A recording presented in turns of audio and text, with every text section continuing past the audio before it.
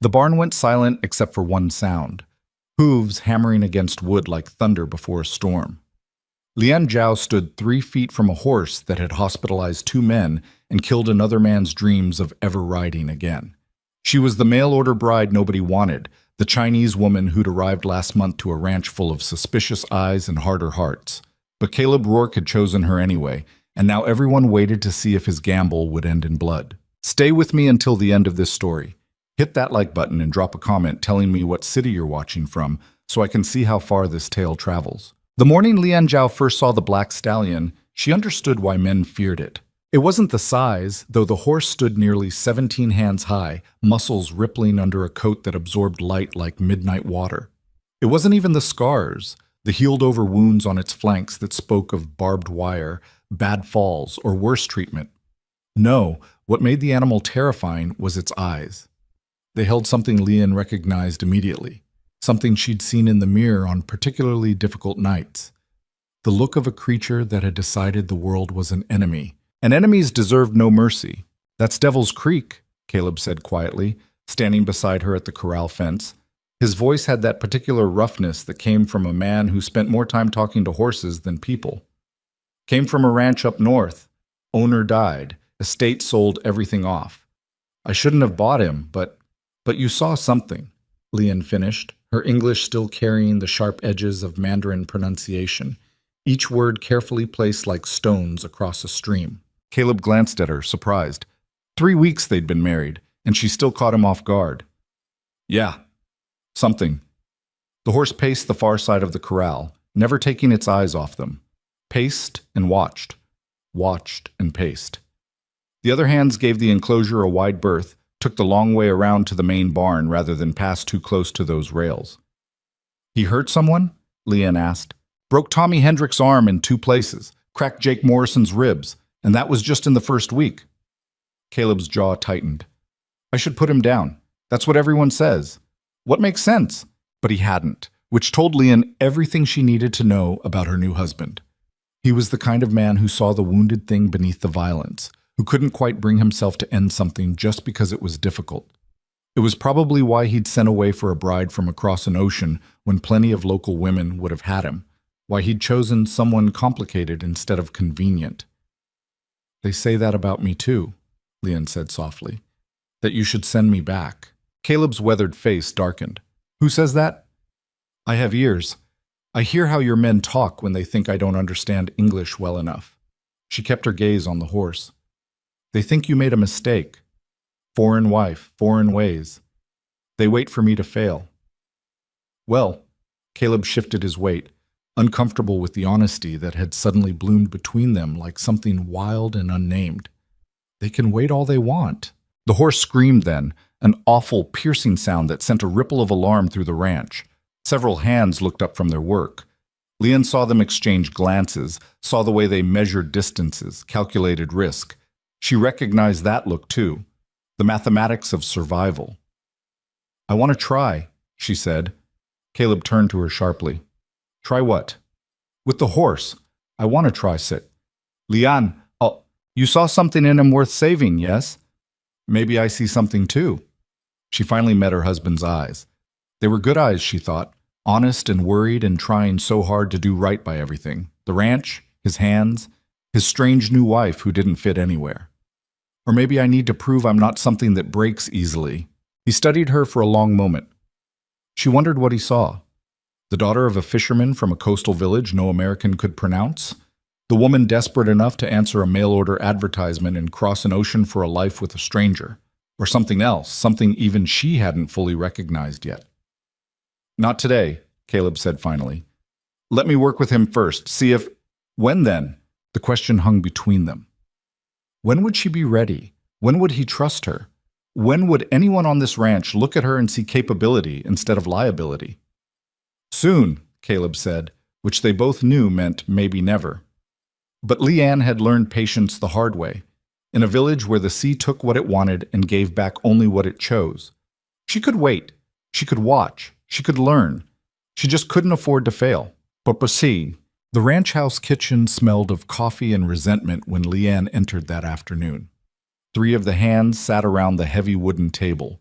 Marcus, red-faced and thick-armed, who'd been with Caleb's family since before Caleb was born. Jake, still moving carefully after the ribs Devil's Creek had cracked. And young Tommy, whose left arm wore a cast covered in joking signatures that weren't quite jokes.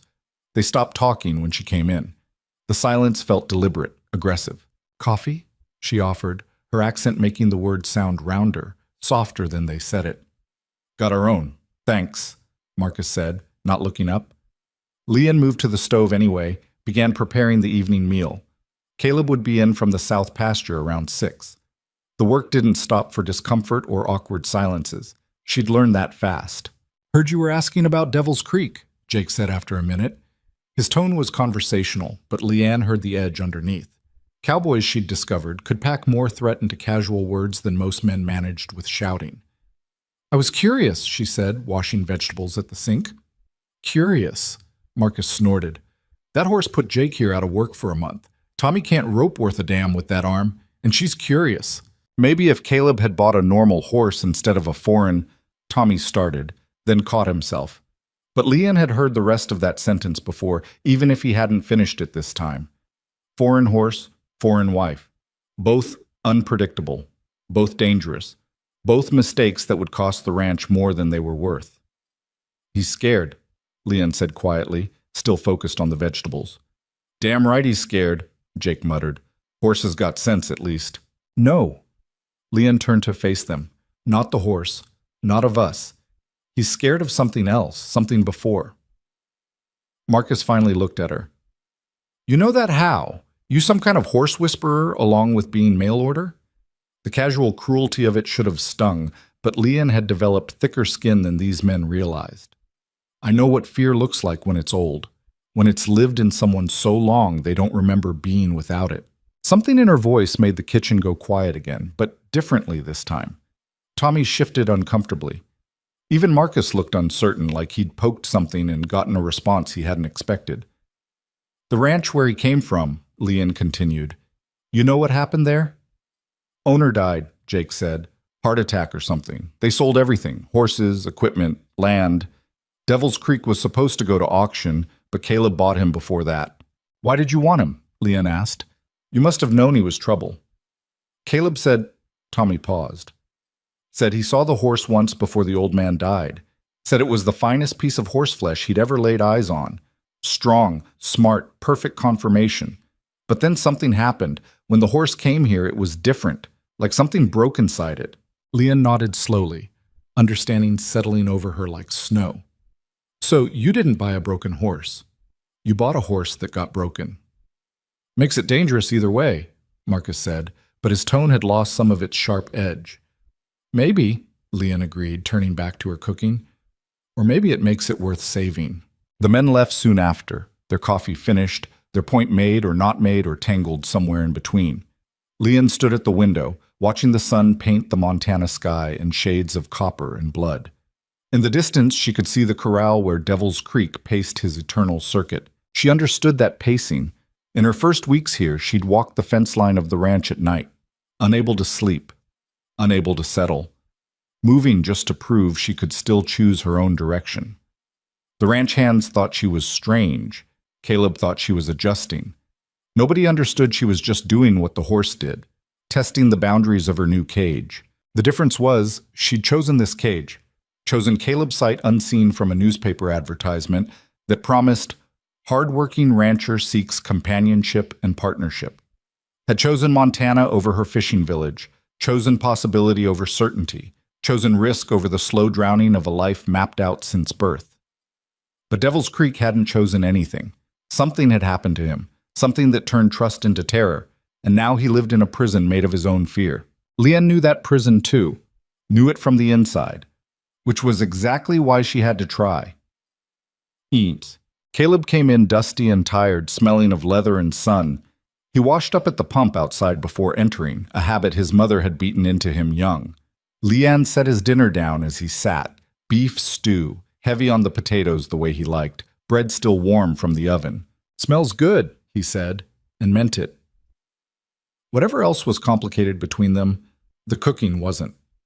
Leanne had learned his tastes quickly, adapted her Chinese techniques to American ingredients, created something neither traditional nor foreign, but simply theirs. They ate in comfortable silence for a while. Leon had learned that Caleb didn't mind quiet, didn't feel the need to fill every space with words. It was one of the things she liked about him, the way he could sit with thoughts unspoken, trust that communication happened in more ways than talking. "Marcus said you were asking about Devil's Creek," he finally said. "I was." "Why?" Leon considered the question, the food, her husband's tired eyes. "In my village," she began slowly, "there was a dog. Wild thing, lived on the edges, stole fish from nets, bit anyone who came close. Everyone said kill it. Dangerous, rabid maybe. But my father—" She paused, surprised by the sudden thickness in her throat. "My father watched it, watched how it favored one leg, how it flinched from raised hands. He said, 'That's not a mean dog, that's a hurt dog.'" "What happened?" Caleb asked quietly. "Father left food out, far from our house, where the dog felt safe. Not every day. He said that would make it dependent. But sometimes. And he never approached, never tried to touch. Just left the food and walked away. Let the dog choose." "Did it work?" "Took 2 years. But eventually that dog would sit outside our house some mornings. Never came inside, never let anyone pet it. But it stopped biting, stopped stealing. It chose to be near us instead of against us." Leon met Caleb's eyes. "My father said the dog taught him something important. Healing doesn't happen on your timeline. It happens on theirs." Caleb pushed his stew around, thinking. Horse isn't a dog. "No. Bigger teeth, stronger, more dangerous." She smiled slightly, but also more honest. "Dog might hide fear with submission. Horse shows you exactly what it feels." "And what do you think Devil's Creek feels?" "Betrayal," Leon said simply. "Something happened that broke his trust. Now every human is the one who hurt him. Every hand reaching out is the one that caused pain. He can't tell the difference between then and now, between there and here." Caleb set down his spoon. "You got all that from watching him pace." "I got that from being him." The words came out sharper than she intended, edged with a truth she hadn't meant to speak. But Caleb didn't push, didn't ask her to explain what she meant by that, just nodded like he understood, or at least understood enough. "The hands won't like it if you work with him," he said. "The hands don't like me anyway." "That's not—" Caleb started, then stopped, because they both knew it was true. "They'll come around. Maybe. Or maybe I prove myself first, then they come around." Leon stood, began clearing plates. "But I can't prove myself by cooking and cleaning. That's not why you chose me." "What do you think I chose you for?" The question held genuine curiosity, no trap in it. Leon thought about the advertisement she'd answered, the letters they'd exchanged. His awkward but honest, hers carefully translated by a mission teacher who'd raised eyebrows at the whole arrangement. She thought about the photograph he'd sent, serious-faced in his Sunday clothes, and the one she'd sent back, wearing her best dress, and an expression she'd hoped conveyed capability more than beauty. "You didn't want easy," she said finally. "You wanted someone who could hold their own, someone strong enough for this life." "Yeah," Caleb admitted. "Yeah, I did." "Then let me be that person." He studied her across the kitchen, this small, quiet woman who'd traveled 6,000 miles to marry a stranger, who'd walked into a life where nothing was familiar and nobody was friendly, and who stood in his kitchen asking permission to risk her life with an animal that had already hospitalized 2 grown men. "Tomorrow morning," he said, "early. Just observation, no getting in the corral. You watch how he moves, how he reacts. We start slow." Leon felt something unlock in her chest, some held breath she'd been keeping since she'd first seen the horse. "Slow is good. Slow is how you build trust." "Slow is how you stay alive," Caleb corrected, but gently. "That horse wants to hurt something, Leon. Don't mistake fear for friendliness." "I won't," she promised. "I know the difference." That night, lying beside her husband in the darkness, still more strangers than lovers, still learning the landscape of each other's breathing, Leon stared at the ceiling and thought about tomorrow. Thought about the horse that paced and the men who watched and the thin line between proving herself and destroying herself. She thought about her father's dog, how patient he'd been, how certain that gentleness was stronger than force. She thought about the ocean she'd crossed, how it looked calm from the shore but held currents that could drown you if you didn't respect them. And she thought about Caleb's question, what did she think he'd chosen her for? The truth was bigger than strength or capability. The truth was, he'd chosen someone who understood that some battles weren't about winning or losing. Some battles were about showing up every day, about refusing to quit even when quitting was easier, about believing that broken things could heal if you just gave them enough space and time and stubborn, unreasonable hope. Tomorrow, she would start showing the ranch what she was made of. Tomorrow, she would begin the work of turning distrust into something else. Tomorrow, she would meet Devil's Creek, not as an adversary, but as someone who spoke the same language of fear and survival. But tonight, she just breathed in the Montana darkness and felt the weight of all the watching eyes that would follow her come sunrise. The ranch held its breath, waiting, and so did she, Shintat. Hint. Dawn came cold and clear, the kind of morning where breath turned visible and the frost made the world look like it had been dipped in glass. Leanne dressed in layers, her thickest trousers, a flannel shirt that had belonged to Caleb's mother, boots that still felt too large but were the smallest the ranch had.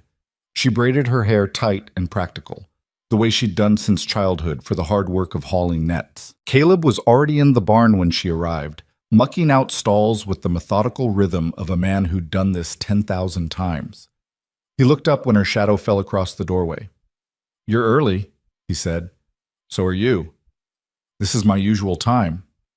"Then I guess it's mine too now." Something that might have been a smile crossed his face, quick and uncertain, like he was still figuring out if warmth was allowed. "Coffee's in the tack room, still hot." She found it in a dented thermos, poured herself a cup from the extra mug he'd brought. They stood together in the barn's half-light, drinking coffee and not talking, while the ranch woke up around them. Horses shifted in their stalls, chickens began their morning complaints. Somewhere in the distance, Marcus was cursing at a gate that had frozen shut overnight. Normal ranch sounds, familiar rhythms, except for the silence from the far corral where Devil's Creek stood like a shadow against the fence, watching them watch him. "He doesn't sleep much," Caleb said. "I've checked on him at midnight, 3 a.m., dawn. Always standing, always alert. Horses need to lie down to truly rest, but he won't. Thinks something will get him if he does." "How long can he go like that?" "Not forever. Eventually his body will force him down. But it's killing him slowly, the lack of real rest." Caleb's voice carried a weariness that went beyond the early hour. "I thought bringing him here, away from wherever hurt him, would help. But geography doesn't fix what's broken inside." Lynn thought about her own sleepless nights those first weeks, how she'd pace the fence line rather than lie in a bed that felt foreign beside a man who was kind, but unknown, how exhaustion had finally forced her to stillness, but trust had come slower than sleep. "Show me what you know," she said. Caleb led her to the corral, stopped at a careful distance from the fence. Devil's Creek tracked their movement, ears flat, head lowered slightly, aggressive posture, ready to defend or attack. "See how he's standing?" Caleb said quietly. "Weight on his back legs, front free to strike. That's not relaxed. That's coiled." "Does he do that with everyone?" "Everyone. Everything. Had a barn cat wander too close last week. Horse damn near went through the fence trying to get at it." He shook his head. "It's not normal territorial behavior. It's panic dressed up as aggression." Lion studied the horse carefully. Black coat, white star on the forehead, one white sock on the rear left leg. Beautiful and terrifying in equal measure. "Have you tried approaching him?" "First week, yeah. Got close enough to touch the fence before he charged it. Nearly kicked the rails apart. Decided after that to just let him settle, see if time helped." "Has it?" "No." They stood in silence, breathing visible in the cold air, while the horse stared back at them with eyes that held no trust, no curiosity, no hope of connection, just pure, distilled wariness. "In my village," Leon said slowly, "there was a saying, the fisherman who fights the tide drowns, but the one who reads it survives. You can't force the ocean to behave. You have to understand its language first. Horse isn't an ocean. No, but fear is. And that horse is drowning in it." Caleb looked at her then, really looked, past the foreign features and careful English and all the obvious differences that made her strange to everyone here. You really think you can reach him? I think I have to try, because if I don't... She paused, searching for words that would explain what she barely understood herself. If I don't prove I'm not just Caleb's foreign wife, not just the woman who cooks and cleans, not just the mistake everyone thinks you made, then what am I doing here? What was the point of crossing an ocean if I just become invisible anyway? The honesty of it sat between them, raw and uncomfortable. Caleb shifted his weight, looked back at the horse, then at her again.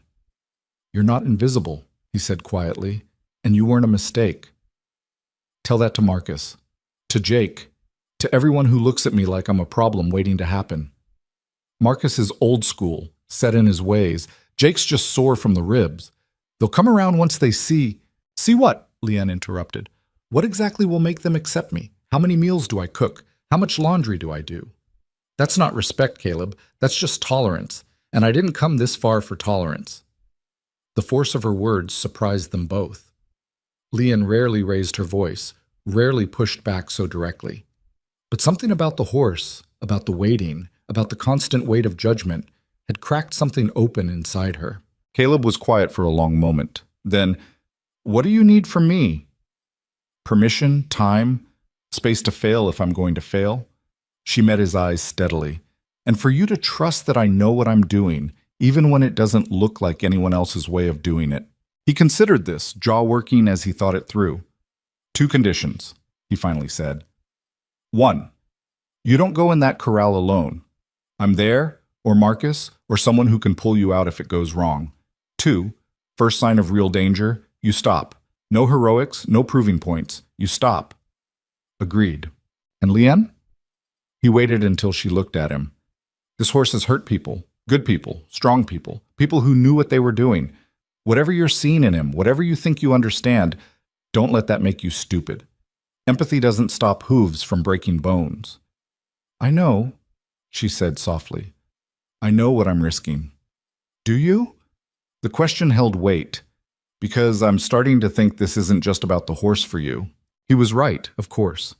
It was about proving herself, about claiming space in a world that hadn't made room for her, about showing everyone, Caleb included, that she was more than the desperate foreign bride who'd answered an advertisement out of necessity. But it was also simpler than that. It was about looking at a scared, violent, broken thing and seeing herself reflected back. About believing that if the horse could heal, maybe she could too. Maybe they both could. I'll be careful, she promised. That's not what I asked. I know. Leanne turned back to the corral, to the horse that paced and watched and waited for the world to hurt him again. But it's the best answer I have right now. Ma. Word spread fast on a ranch. By mid-morning, when Leanne returned to the corral with Caleb, they had an audience. Marcus leaned against the barn door, arms crossed, expression unreadable. Jake sat on a fence post nearby, favoring his healing ribs. Tommy watched from a cautious distance, his casted arm a reminder of what the horse could do. Even old Pete, who usually kept to himself in the equipment shed, had wandered over to see the show. Because that's what they expected, Leon realized. A show. Entertainment. The foreign bride making a fool of herself, proving exactly what they'd suspected all along. Quite the crowd, she said quietly to Caleb. They're curious. They're hoping I fail. Some of them, maybe. He adjusted his hat, uncomfortable with the truth of it. But some are just protective. They've seen what that horse can do. They don't want to see you hurt. Leanne doubted that was true for most of them, but she appreciated Caleb trying. What do I do first? Nothing, he said.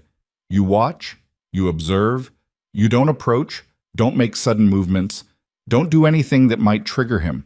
Just stand here and let him get used to your presence. It sounded simple, boring even. It was possibly the hardest thing Leanne had ever done, because Devil's Creek didn't ignore her. The moment she stepped up to the fence, still a safe distance back, not close enough to threaten, the horse's entire demeanor changed. His head came up sharply, his ears pinned flat against his skull, and he moved. Not away, which might have been fear, toward them, which was aggression. He charged the fence with a violence that made Leon's heart slam against her ribs. Hooves thundered, dirt exploded. The horse's scream split the morning air, raw, furious, territorial. He hit the fence rails with his chest, and the whole structure shuddered, Wood creaked. Nails groaned. For one terrible second, Leon thought the fence would give, thought the horse would come through it, and all the watching cowboys would see exactly what happened when foreign brides got ideas above their station. But the fence held, and Leon didn't move. Every instinct screamed at her to run, her muscles locked, preparing for flight. But she'd grown up on boats in rough seas, had learned young that panic kills faster than danger. So she stood her ground, hands loose at her sides, breathing steady despite the adrenaline screaming through her veins. The horse pulled up short on the other side of the fence, so close she could see the whites of his eyes, could smell the sharp scent of his sweat and rage. He stamped, snorted, tossed his head in a threat display that would have sent most people scrambling. Leon just watched him. Jesus Christ, someone muttered behind her. Marcus, probably. Get back, Caleb said urgently, his hand on her arm.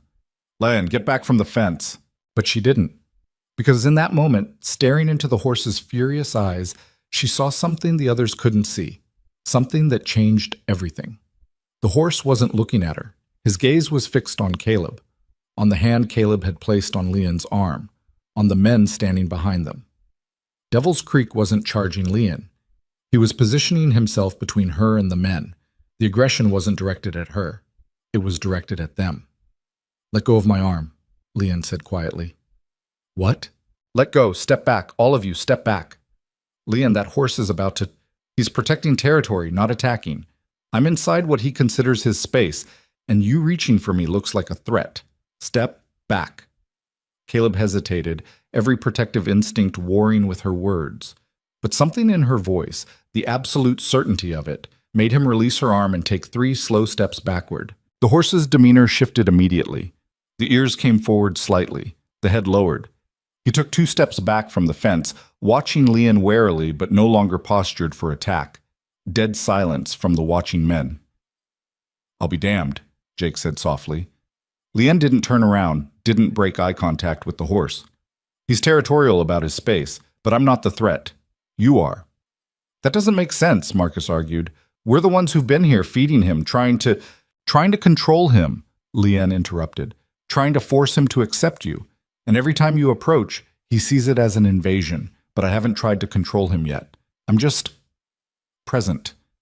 She took a slow, careful breath, then did something that made Caleb's breath catch. She turned her back on the horse.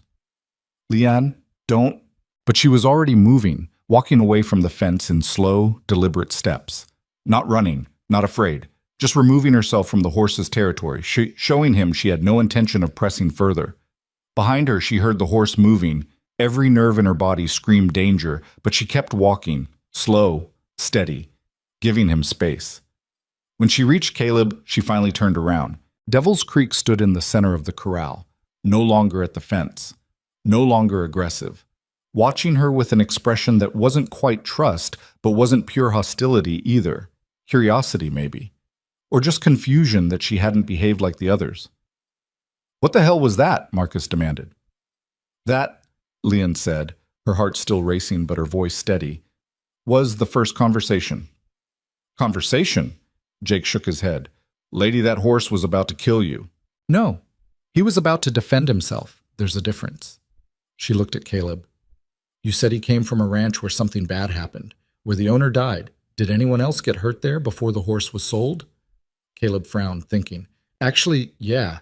The owner's son was in some kind of accident, horse-related, I heard, but I don't know details. Why? Because I think Devil's Creek didn't just lose someone. I think he hurt someone, or thinks he did. And now he's terrified of it happening again, so he keeps everyone away. It's not just fear, it's guilt. The idea hung in the air, strange and unsettling. Cowboys didn't generally think of horses as capable of guilt, of complex emotions beyond basic fear and comfort. But Leon had seen something in those eyes, something that went beyond simple trauma. That's a hell of a lot to get from one charge at a fence, Marcus said skeptically. Maybe, Leon admitted. Or maybe I recognize it because I know what it looks like to carry blame that isn't entirely yours, but feels like it is. The personal nature of the comment made the men uncomfortable. Caleb shifted his weight, uncertain whether to ask what she meant or let it lie. Leon didn't elaborate. Some truths were too complicated for a cold Montana morning with an audience.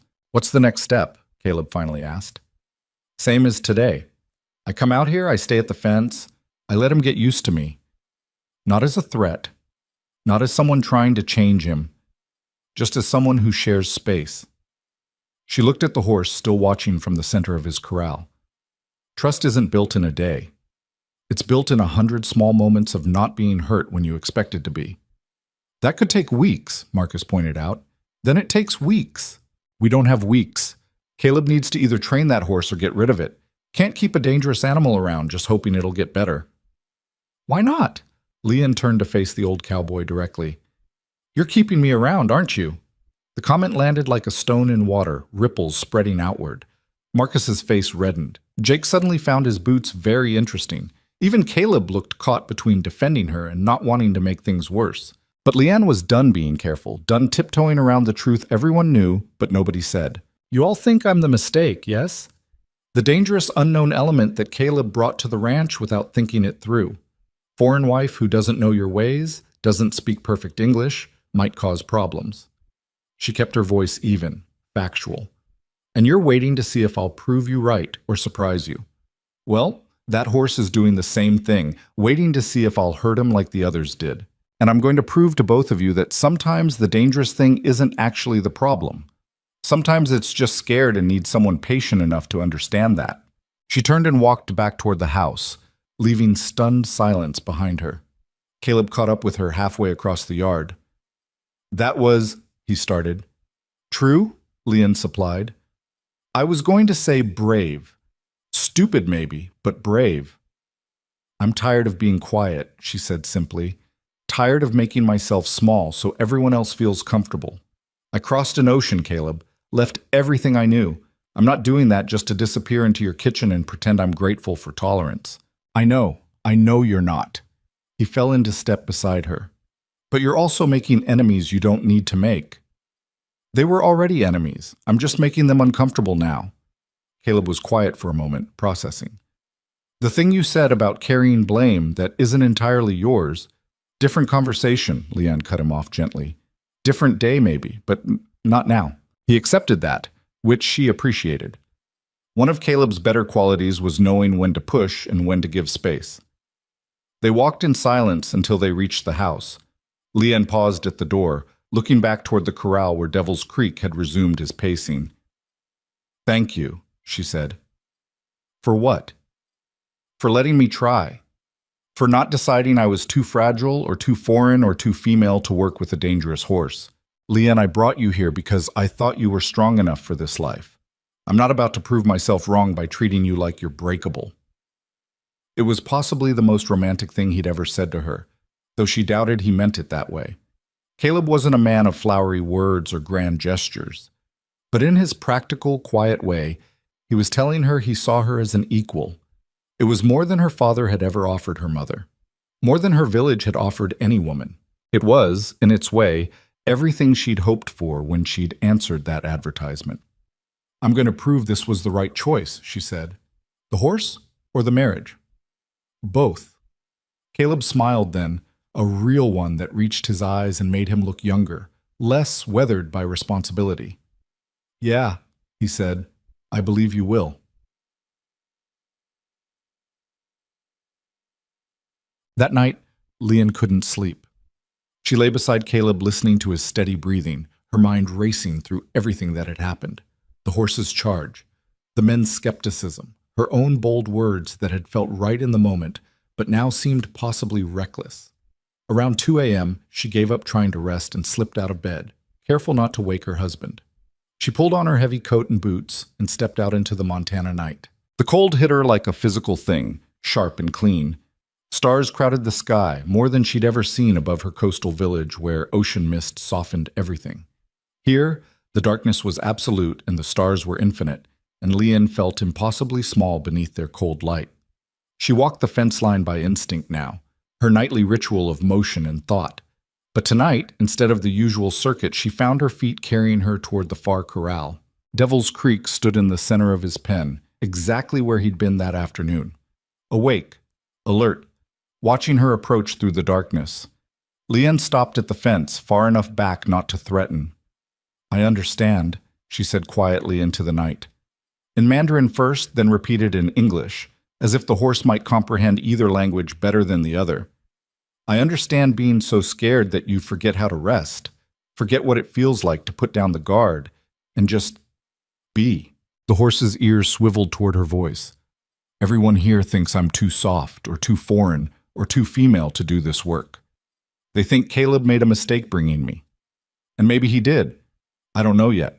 But I know what it's like to be the mistake everyone's waiting to fail.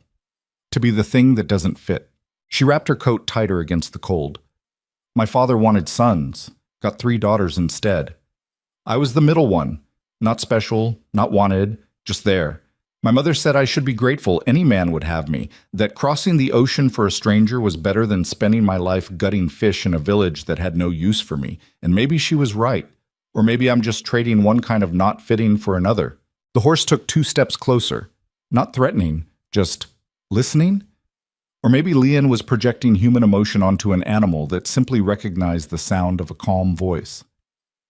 But here's what I know, she continued. I know that scared things bite. I know that hurt things attack before they can be hurt again. And I know that everyone around you decides you're the problem, instead of seeing that you're just trying to survive in a world that hasn't been kind. She thought about her village, about the way women were taught to make themselves useful or invisible, those being the only 2 acceptable options. Thought about the long voyage across the Pacific, seasick and terrified, wondering if she'd made the biggest mistake of her life. Thought about arriving at the ranch to hostile stares and skeptical whispers, realizing that kindness from Caleb didn't equal acceptance from everyone else. So tomorrow, she said, I'm going to come back. And the day after that, and the day after that. Not to fix you or train you or make you something you're not. Just to show you that not every human is going to hurt you. That sometimes space is safer than force. That maybe, eventually, you can stop fighting every single moment just to survive. Devil's Creek was at the fence now, close enough that Leon could hear his breathing. She didn't move toward him, didn't reach out, just stood in the shared space of night and cold and mutual wariness. We're going to figure this out, she whispered. Both of us, together. The horse watched her with eyes that caught starlight and reflected it back like dark water. And maybe it was exhaustion or hope or just desperate projection, but Leon could have sworn she saw something shift in that gaze. Not trust, not yet, but the possibility of it, small and fragile as first light. She stood there until the cold drove her back inside, until her fingers went numb and her breath came in clouds. Stood there like a prayer, like a promise, like a woman refusing to break under the weight of everyone's expectations. And when she finally turned to leave, the horse didn't charge the fence. He just watched her go, and that felt like victory enough for one night. Tomorrow would bring more challenges, more skeptical eyes and harder tests. But tonight, in the darkness between storms, Leon Zhao and Devil's Creek had reached an understanding. They were both dangerous things that nobody wanted, and they were both worth saving anyway. The morning after her midnight vigil, Leon woke to find Caleb already gone from bed.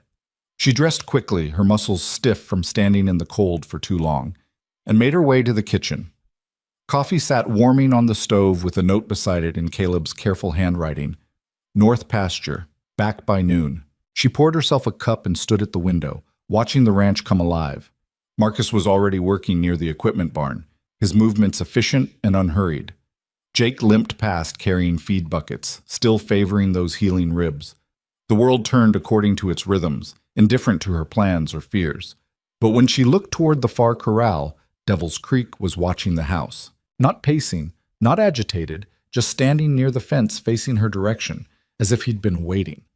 Leon's heart did something complicated in her chest, part hope, part terror, all commitment. She drained her coffee, pulled on her coat, and headed outside. The morning air bit at her face as she crossed the yard. Frost made the grass crunch under her boots. Her breath came in white clouds that disappeared almost as quickly as they formed.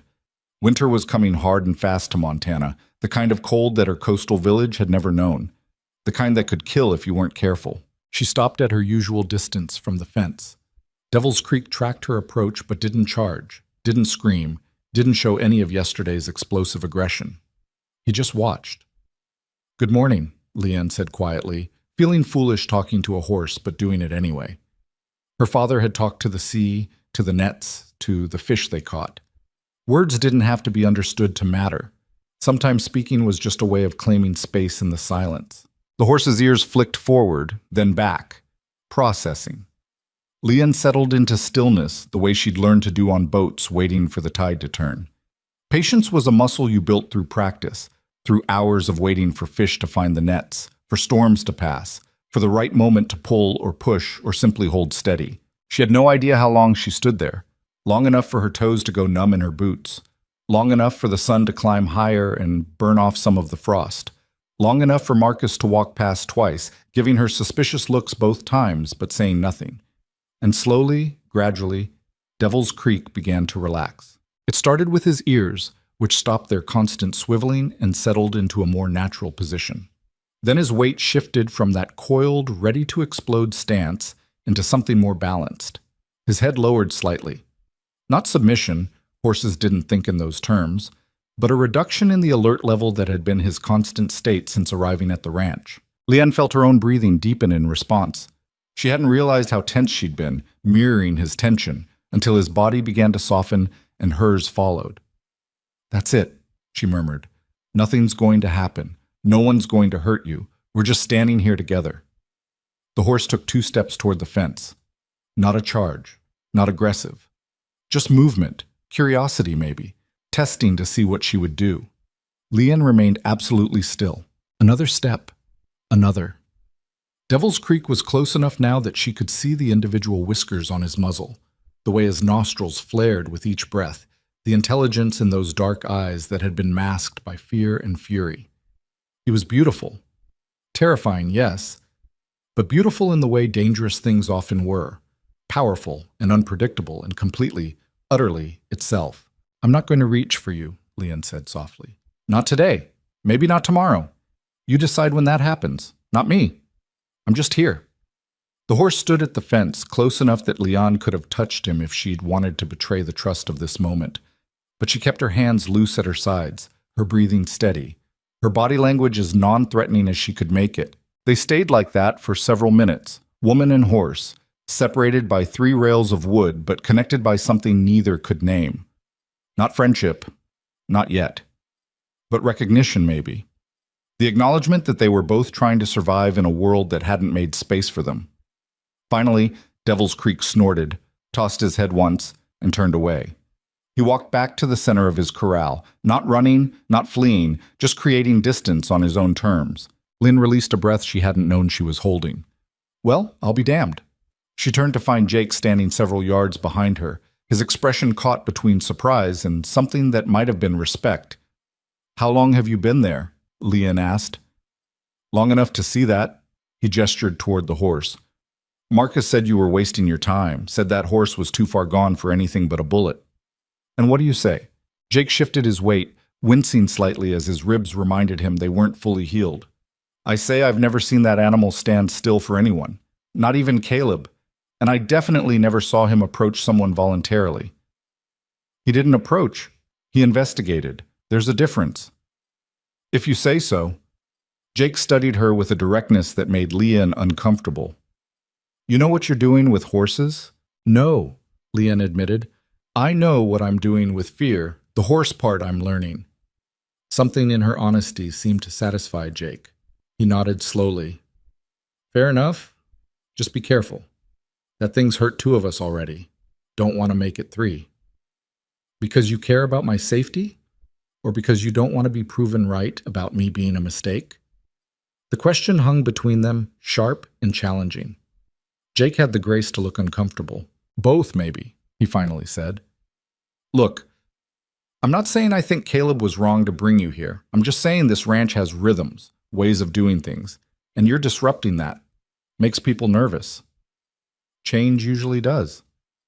"Yeah, well." Jake turned to leave, then paused. "For what it's worth, what you just did there, that took guts. Stupid guts, maybe, but guts nonetheless."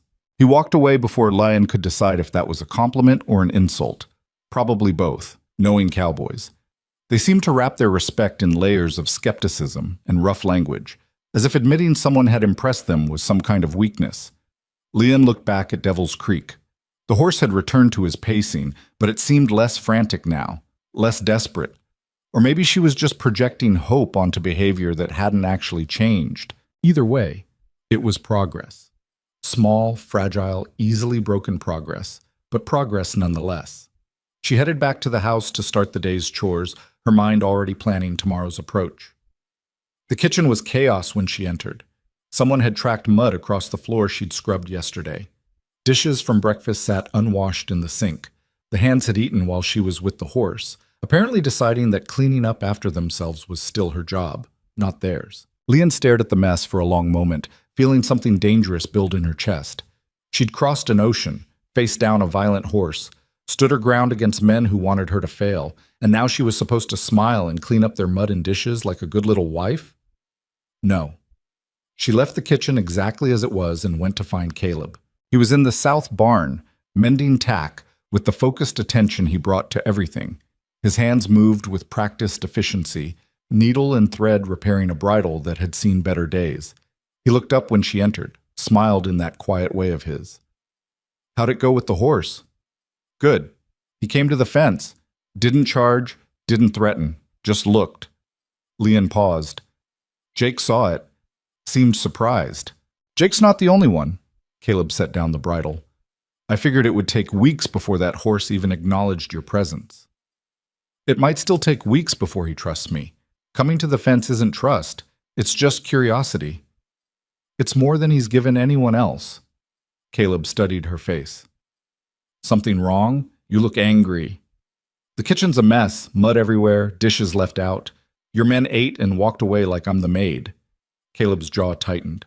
"I'll talk to them." "No." Leanne's voice was firm. "I will. I need to establish something here, Caleb.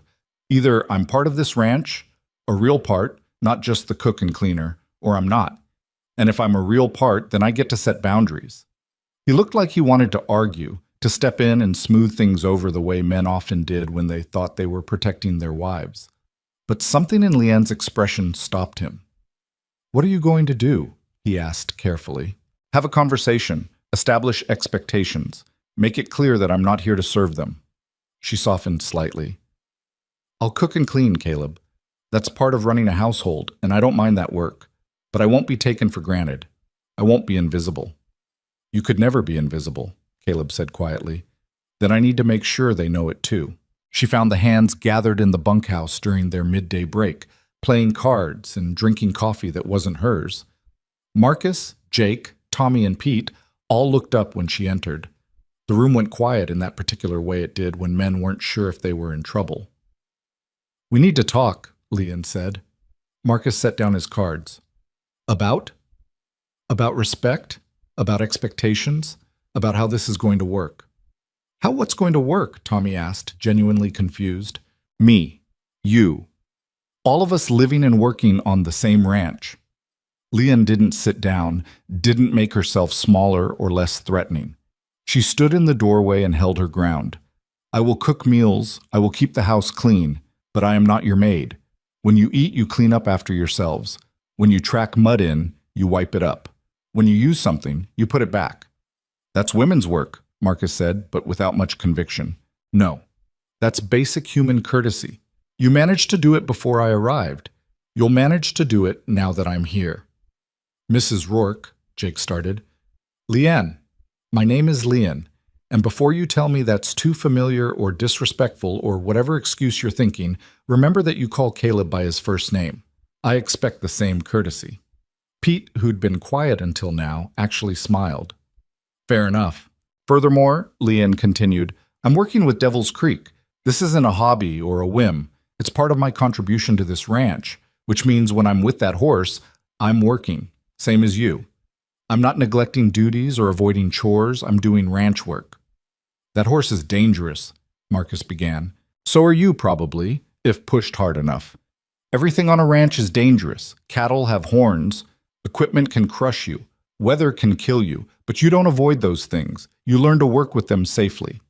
Leanne's voice stayed level, factual.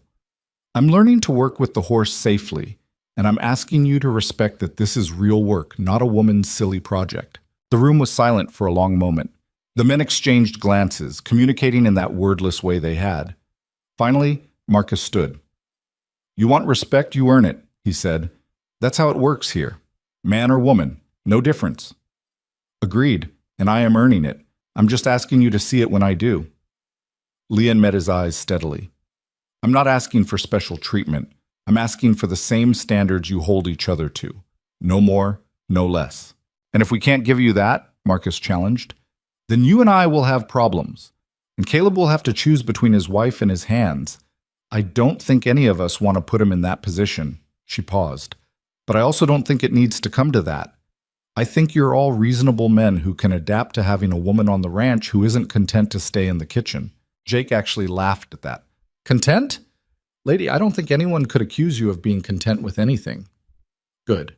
Contentment is overrated. Leon allowed herself a small smile. So we have an understanding? Pete nodded. Tommy shrugged, which was probably the best she'd get from him.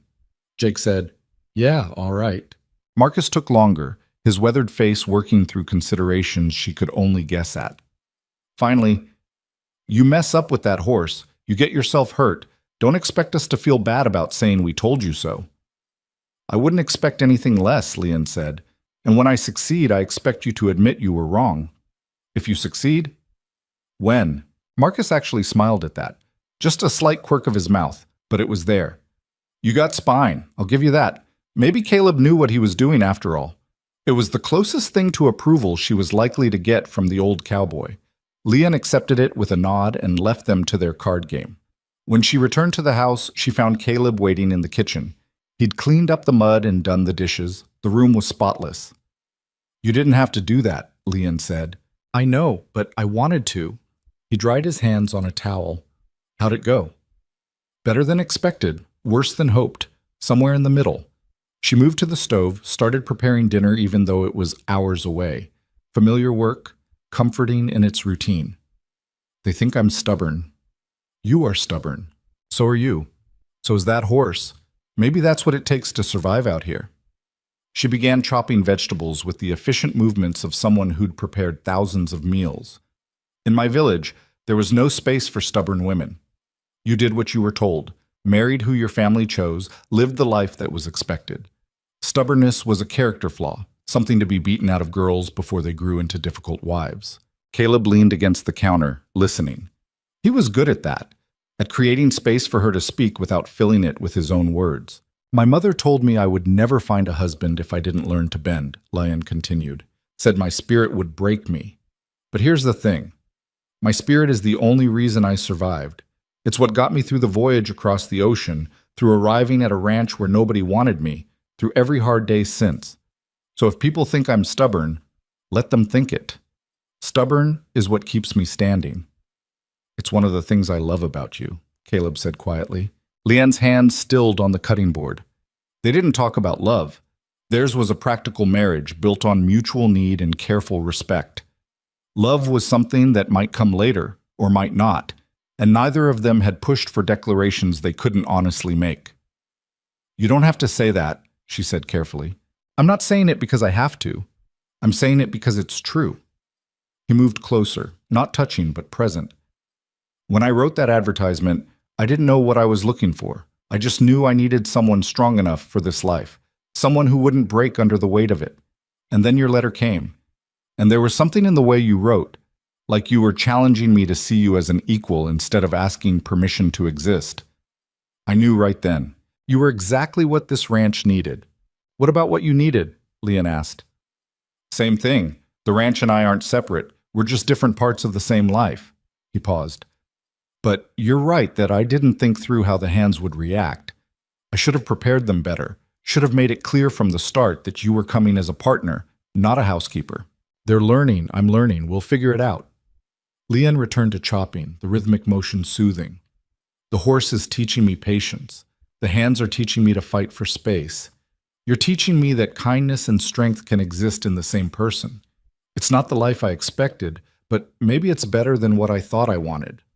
What did you think you wanted? Safety, stability, a place where I fit. She smiled, self-aware and slightly bitter. Turns out fitting is overrated. I'd rather be necessary than comfortable. Before Caleb could respond, the sound of hooves and shouting erupted from the yard. They both rushed to the window in time to see one of the horses from the main corral running loose, fence rails splintered, Marcus and Jake scrambling to catch it before it could hurt itself or damage anything else. "Damn it," Caleb muttered, already heading for the door. "That's the third time this month that fence has failed. I need to rebuild the whole section before winter really hits." Leanne followed him outside, watched as the hands finally cornered the spooked horse and led it back to the barn. The broken fence rails lay scattered in the dirt, old wood finally giving up after too many years of Montana weather and ranch work. An idea formed in her mind, crazy and probably doomed, but compelling nonetheless. "I'll help," she said. Caleb turned to her. "Help with what?" "Rebuilding the fence. I'm good with my hands, I learn fast, and you need the work done before the real cold sets in." She looked at the damage, calculating. "It would also show the hands that I'm willing to do any kind of ranch work, not just the horse training. Fence building is hard labor, Leanne. Heavy lifting, splinters, hours in the cold. I grew up hauling fishing nets. I know hard labor." She met his eyes. "Let me help. Let me be useful in ways they can't dismiss as woman's work or foreign notions." Caleb considered this, his practical mind weighing the offer against the reality of what she was proposing. "If you can't keep up, I'm not going to slow down for you. I wouldn't want you to. And if you get hurt, then I get hurt. Same as anyone else taking risks on a ranch." Leanne's voice was firm. "I'm not asking for special treatment, Caleb. I'm asking for the chance to prove I'm as capable as I claim to be." He looked at her for a long moment. This small woman with her careful English and stubborn spine, and something in his expression shifted. Pride, maybe, or recognition, or just the acknowledgement that he'd chosen well, even if the choosing had seemed reckless at the time. "All right," he said. "We start tomorrow morning, 6 a.m. sharp, dress warm, and bring gloves." That night, Leanne soaked her hands in warm water and thought about the week ahead. Between working with Devil's Creek each morning and helping rebuild the fence each afternoon, she'd have barely any time for the cooking and cleaning the hands still expected. Something would have to give. She decided it would be their comfort, not her ambitions. When morning came cold and dark, she was already dressed and waiting when Caleb emerged from the bedroom. They ate a quick breakfast of leftover bread and coffee, then headed to the corral where the fence needed rebuilding. Marcus was already there, examining the damage. He looked up when they approached, his expression unreadable when he saw Leanne. "She helping?" he asked Caleb. "She's working," Caleb corrected. "Same as the rest of us." Marcus grunted, which could have meant anything. "All right, let's see what she's got." The work was exactly as hard as Caleb had warned. The old fence rails had to be pulled out, the posts checked for rot and replaced where necessary, new rails cut to size and fitted into place. Leanne's hands, soft from weeks of kitchen work, blistered within the first hour. Her shoulders screamed, her back ached. The cold made everything harder, made wood brittle and fingers stiff. But she didn't stop, didn't complain, didn't ask for breaks that the men weren't taking. She worked through the pain, through the exhaustion, through the moment around mid-morning when she honestly thought she might vomit from the exertion. She worked because stopping meant proving them right, meant confirming that she was too weak or too foreign or too female for real ranch work, and she refused to give them that satisfaction. By noon, they'd replaced an entire section of fence. Marcus looked at the work, at Leanne's bleeding hands and determined face, and nodded. "Not bad," he said, which from him was practically a standing ovation. Jake, who'd been working alongside them despite his still healing ribs, actually clapped her on the shoulder. "You're tougher than you look." "I'd have to be," Leanne said, her voice rough with exhaustion. "Looking like I do, people expect me to break easily." "Yeah, well," Jake's weathered face creased into something almost like a smile. "Reckon we learned our lesson about assumptions." That afternoon, instead of returning to the fence work, Leanne went to Devil's Creek. Her hands were wrapped in bandages now, her entire body one continuous ache, but she'd promised herself she'd spend time with the horse every day, and she wasn't about to break that promise just because she was tired. The horse was waiting at his usual spot in the center of the corral. When Leanne approached the fence, he came forward immediately, not charging, not threatening, but with something that looked almost like anticipation. "Hello?" Leanne said softly, her voice carrying less strength than usual. "Sorry I'm late today." I was rebuilding fence with the men. My hands hurt, my back hurts, everything hurts. But I'm here. Devil's Creek moved closer to the fence than he'd ever come before, close enough that Leon could have reached through the rails and touched him if she'd dared. But she kept her wrapped hands at her sides, kept her breathing steady despite the sudden spike of adrenaline that came from having 1,000 pounds of unpredictable animal within striking distance. The horse lowered his head, sniffing at her through the fence rails. Leon held absolutely still, barely breathing, while Devil's Creek investigated her scent. She smelled like work now, like sweat and wood and the same labor that the men carried on their skin. Maybe that made her less foreign to him, less other.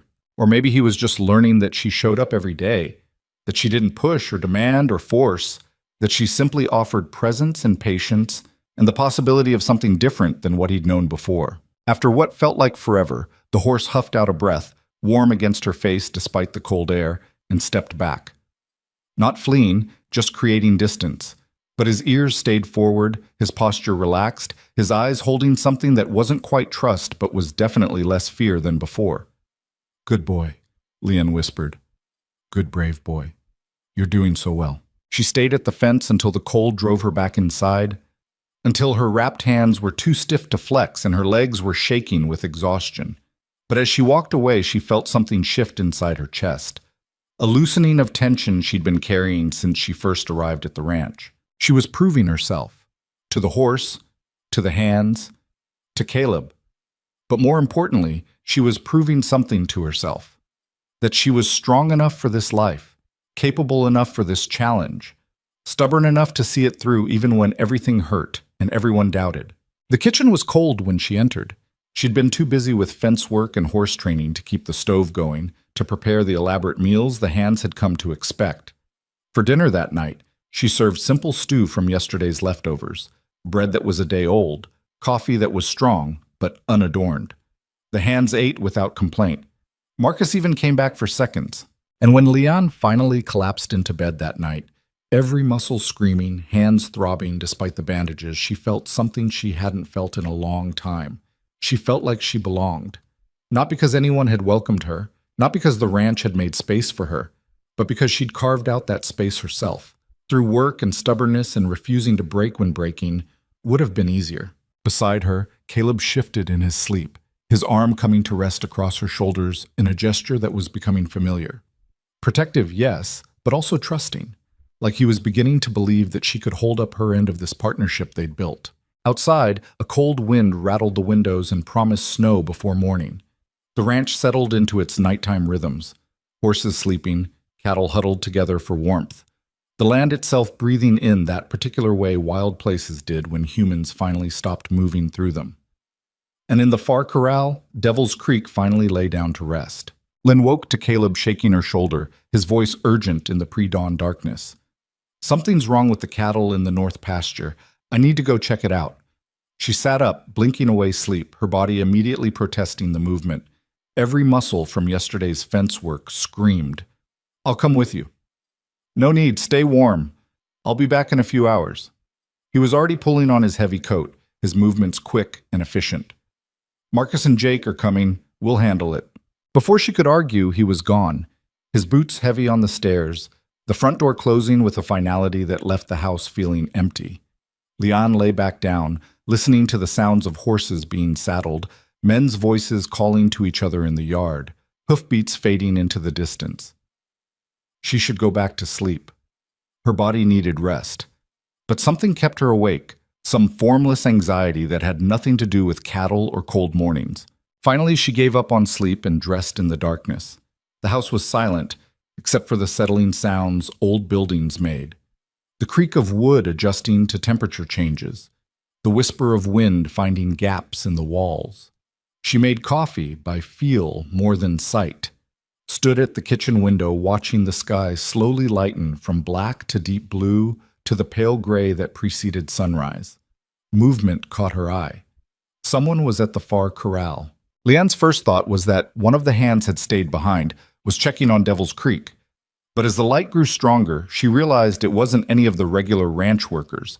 It was someone smaller, younger, moving with a casual confidence that spoke of familiarity with horses. Tommy. with his casted arm and his barely concealed resentment of both the horse that had broken it and the foreign woman who thought she could fix what he couldn't. Lynn set down her coffee and headed outside. The cold hit her like a slap. Frost coated everything, turning the ranch into something crystalline and dangerous. Her breath came in white clouds as she crossed the yard, her boots crunching on frozen ground. Tommy was at the fence now, holding something in his good hand. A rope. Not a lead rope for gentle handling, but something heavier, rougher, the kind you used for cattle, for force. "What are you doing?" Leanne called out. Tommy spun around, guilt flashing across his young face before hardening into defiance. "Nothing, just checking on the horse." "With a rope?" "Thought I'd try working with him, since you're so sure it can be done." His voice carried a challenge, an edge that made Leanne's stomach tighten. "Not like that. Not with that equipment." "Why? Because you say so?" Tommy took a step toward the corral gate. "You've been here, what, a month? And suddenly you're the expert on this horse? I grew up on this ranch. I've worked with horses my whole life. But I break one arm and everyone acts like I'm useless." "Tommy, don't." Leanne moved closer, careful to keep her voice calm. "This isn't about proving yourself. That horse isn't ready for what? For someone who actually knows what they're doing instead of just standing around talking to it like it's a person." He fumbled with the gate latch, his casted arm making the simple task difficult. "I can fix this horse in one session. Show Caleb that buying him wasn't a mistake. Show all of you that just because I got hurt doesn't mean I'm incompetent." Inside the corral, Devil's Creek had gone rigid. His head was up, ears flat, every line of his body screaming alarm. He recognized the rope, recognized the intent, recognized the threat. "Tommy, please." Leanne kept her distance but put as much authority as she could into her voice. "You go in there with that attitude, with that equipment, you're going to get hurt again. Or worse, you're going to undo everything that horse has started to build toward trust." "Trust." Tommy laughed, bitter and young. "That animal doesn't need trust, it needs discipline. It needs someone strong enough to show it who's boss. And I'm tired of standing around watching you play therapist when what that horse needs is a firm hand and clear boundaries." He got the gate open. Devil's Creek screamed, that awful, piercing sound that spoke of pure terror masquerading as rage. He backed away, hooves striking the frozen ground, muscles coiling for violence. "Tommy, don't!" Leanne shouted. But Tommy was already inside the corral, rope in hand, moving toward the horse with the kind of confidence that came from ignorance or desperation or both. "Easy," he said, his voice too loud, too aggressive. "Easy now. I'm not going to hurt you."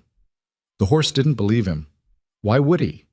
Everything in Tommy's approach screamed danger, the rope, the posture, the energy that promised force would follow if cooperation didn't come immediately. Devil's Creek charged. It wasn't like the charges Leanne had witnessed before where the horse was testing boundaries or warning someone away. This was pure attack, survival instinct kicking in when cornered by a perceived threat. Tommy tried to dodge, but his broken arm threw off his balance. He went down hard, the rope flying from his hand. The horse reared above him, hooves poised to strike, and in that split second, Leanne saw exactly how this would end. Tommy crushed, the horse destroyed for the attack. All the fragile progress she'd built demolished in one moment of masculine pride and stupidity. She didn't think. She just moved. Leanne vaulted the fence with more speed than grace, landed hard in the corral, and put herself between Tommy and the horse. Her hands came up, not in defense, not in threat, just presence. Just the silent claim of space. "No," she said. Not shouted, not screamed, just said, firm and clear and absolutely certain. "No." Devil's Creek's hooves came down 6 inches from her head. She felt the displacement of air, felt the power that could have killed her if the horse had chosen to follow through. But something in her voice, in her stillness, in her complete lack of fear smell made the animal hesitate. His eyes found hers, wild and terrified and so close to breaking completely. "It's okay," Leanne said softly, her heart slamming against her ribs, but her voice steady. "It's okay. He's leaving. He's not going to hurt you. I promise." Behind her she heard Tommy scrambling backward, heard him hit the fence and curse, heard him finally getting smart and getting out. But Leanne didn't move. Couldn't move. Because the horse was right there, close enough to bite or strike or destroy. And the only thing keeping him from it was the thin thread of connection they'd been building over weeks of patient presence. "I know you're scared," she continued, her voice low and rhythmic like a song. "I know you wanted to protect yourself. That's okay. That's allowed. But I need you to trust me now, just for a moment, just long enough for both of us to breathe." The horse's sides were heaving. Sweat darkened his coat despite the cold. His ears swiveled, listening, trying to reconcile the threat he'd perceived with the calm voice speaking to him now. Slowly, carefully, Leanne lowered her hands. Not to reach for him. That would be too much, too fast. Just to show she wasn't holding weapons, wasn't preparing to force anything. "That's it," she murmured. "Just like that. You're safe. I'm safe. We're both safe." Devil's Creek took one step back, then another. His head lowered slightly, the aggressive posture easing into something more uncertain, more confused, like he couldn't quite understand why she wasn't running, why she wasn't attacking, why she was just standing there talking to him like nothing had happened. "Good boy," Leanne whispered. "Such a good, brave boy. You didn't hurt anyone. You protected yourself and then you chose not to hurt me. That's everything. That's all I needed to know." Outside the corral, she could hear Tommy cursing, could hear running footsteps. Someone must have seen what happened, must be coming to help or witness, or both. But Leanne kept her focus on the horse, on this moment that could still tip either way into violence or something else. Devil's Creek shook his head, snorted, then turned and walked to the far side of the corral. Not fleeing exactly, but creating distance, processing what had just happened in whatever way horses processed near disasters. Only then did Leanne allow herself to move. She walked slowly to the gate, her legs shaking now that the adrenaline was wearing off, and let herself out. Tommy was sitting in the dirt outside the fence, his face white, his good hand clutching his casted arm like it hurt again. Pete stood beside him, looking between Leanne and the horse, with an expression caught between shock and something that might have been awe. "What the hell were you thinking?" Pete demanded, but Leanne couldn't tell if he was talking to her or Tommy. "I was thinking I needed to stop someone from getting killed," Leanne said, her voice rougher than she intended. The fear was catching up to her now, making her hands shake and her stomach turn. "What the hell were you thinking, Tommy? Going in there with a rope and an attitude?" "I just wanted to," Tommy started, "to prove something." "I know. I understand." Leanne crouched down beside him, ignoring the protest from her exhausted muscles. "But you can't prove strength by forcing submission. That's not strength. That's just fear dressed up as power." "I wasn't afraid," Tommy said, but his voice cracked on the words. "Yes, you were. You were afraid that breaking your arm made you less capable. Afraid that I was succeeding where you'd failed. Afraid that if you didn't fix this horse, everyone would think you were weak." Leanne's voice softened. "But going in there angry and scared? That's what almost got you killed." Tommy looked away, his jaw working. The horse needs to learn respect. The horse needs to learn trust. There's a difference. Leanne stood, her legs still unsteady. Respect without trust is just fear. And fear makes animals, all of us, do dangerous things. Pete helped Tommy to his feet, the older man's face grave. "You're lucky she was here. That horse was about to cave your skull in." "I know," Tommy said quietly. "And you're lucky Caleb wasn't here to see it because he'd fire you for stupidity." Pete's voice was harsh, but not unkind. "You don't go into a corral with a known dangerous animal without backup, without proper equipment, without a plan. You know better." "I thought you didn't think. That's the problem." Pete turned to Leanne. "And you. What you just did was either the bravest or stupidest thing I've seen in 40 years of ranch work. Maybe both." "Probably both," Leanne admitted. Her heart was still racing, her mind replaying that moment when the horse's hooves had been poised above her head, when one wrong choice would have ended everything. "How'd you know he wouldn't strike you?" Pete asked. "I didn't. Not for certain." Leanne looked back at the corral where Devil's Creek stood watching them, still alert but no longer aggressive. "But I knew that horse doesn't want to hurt people. He wants to protect himself. And I was betting that if I showed him I wasn't a threat, he'd choose not to hurt me." "That's a hell of a bet." "Yeah, well, sometimes you don't get to choose safe options. Sometimes you just choose the least terrible option and hope." She turned to Tommy.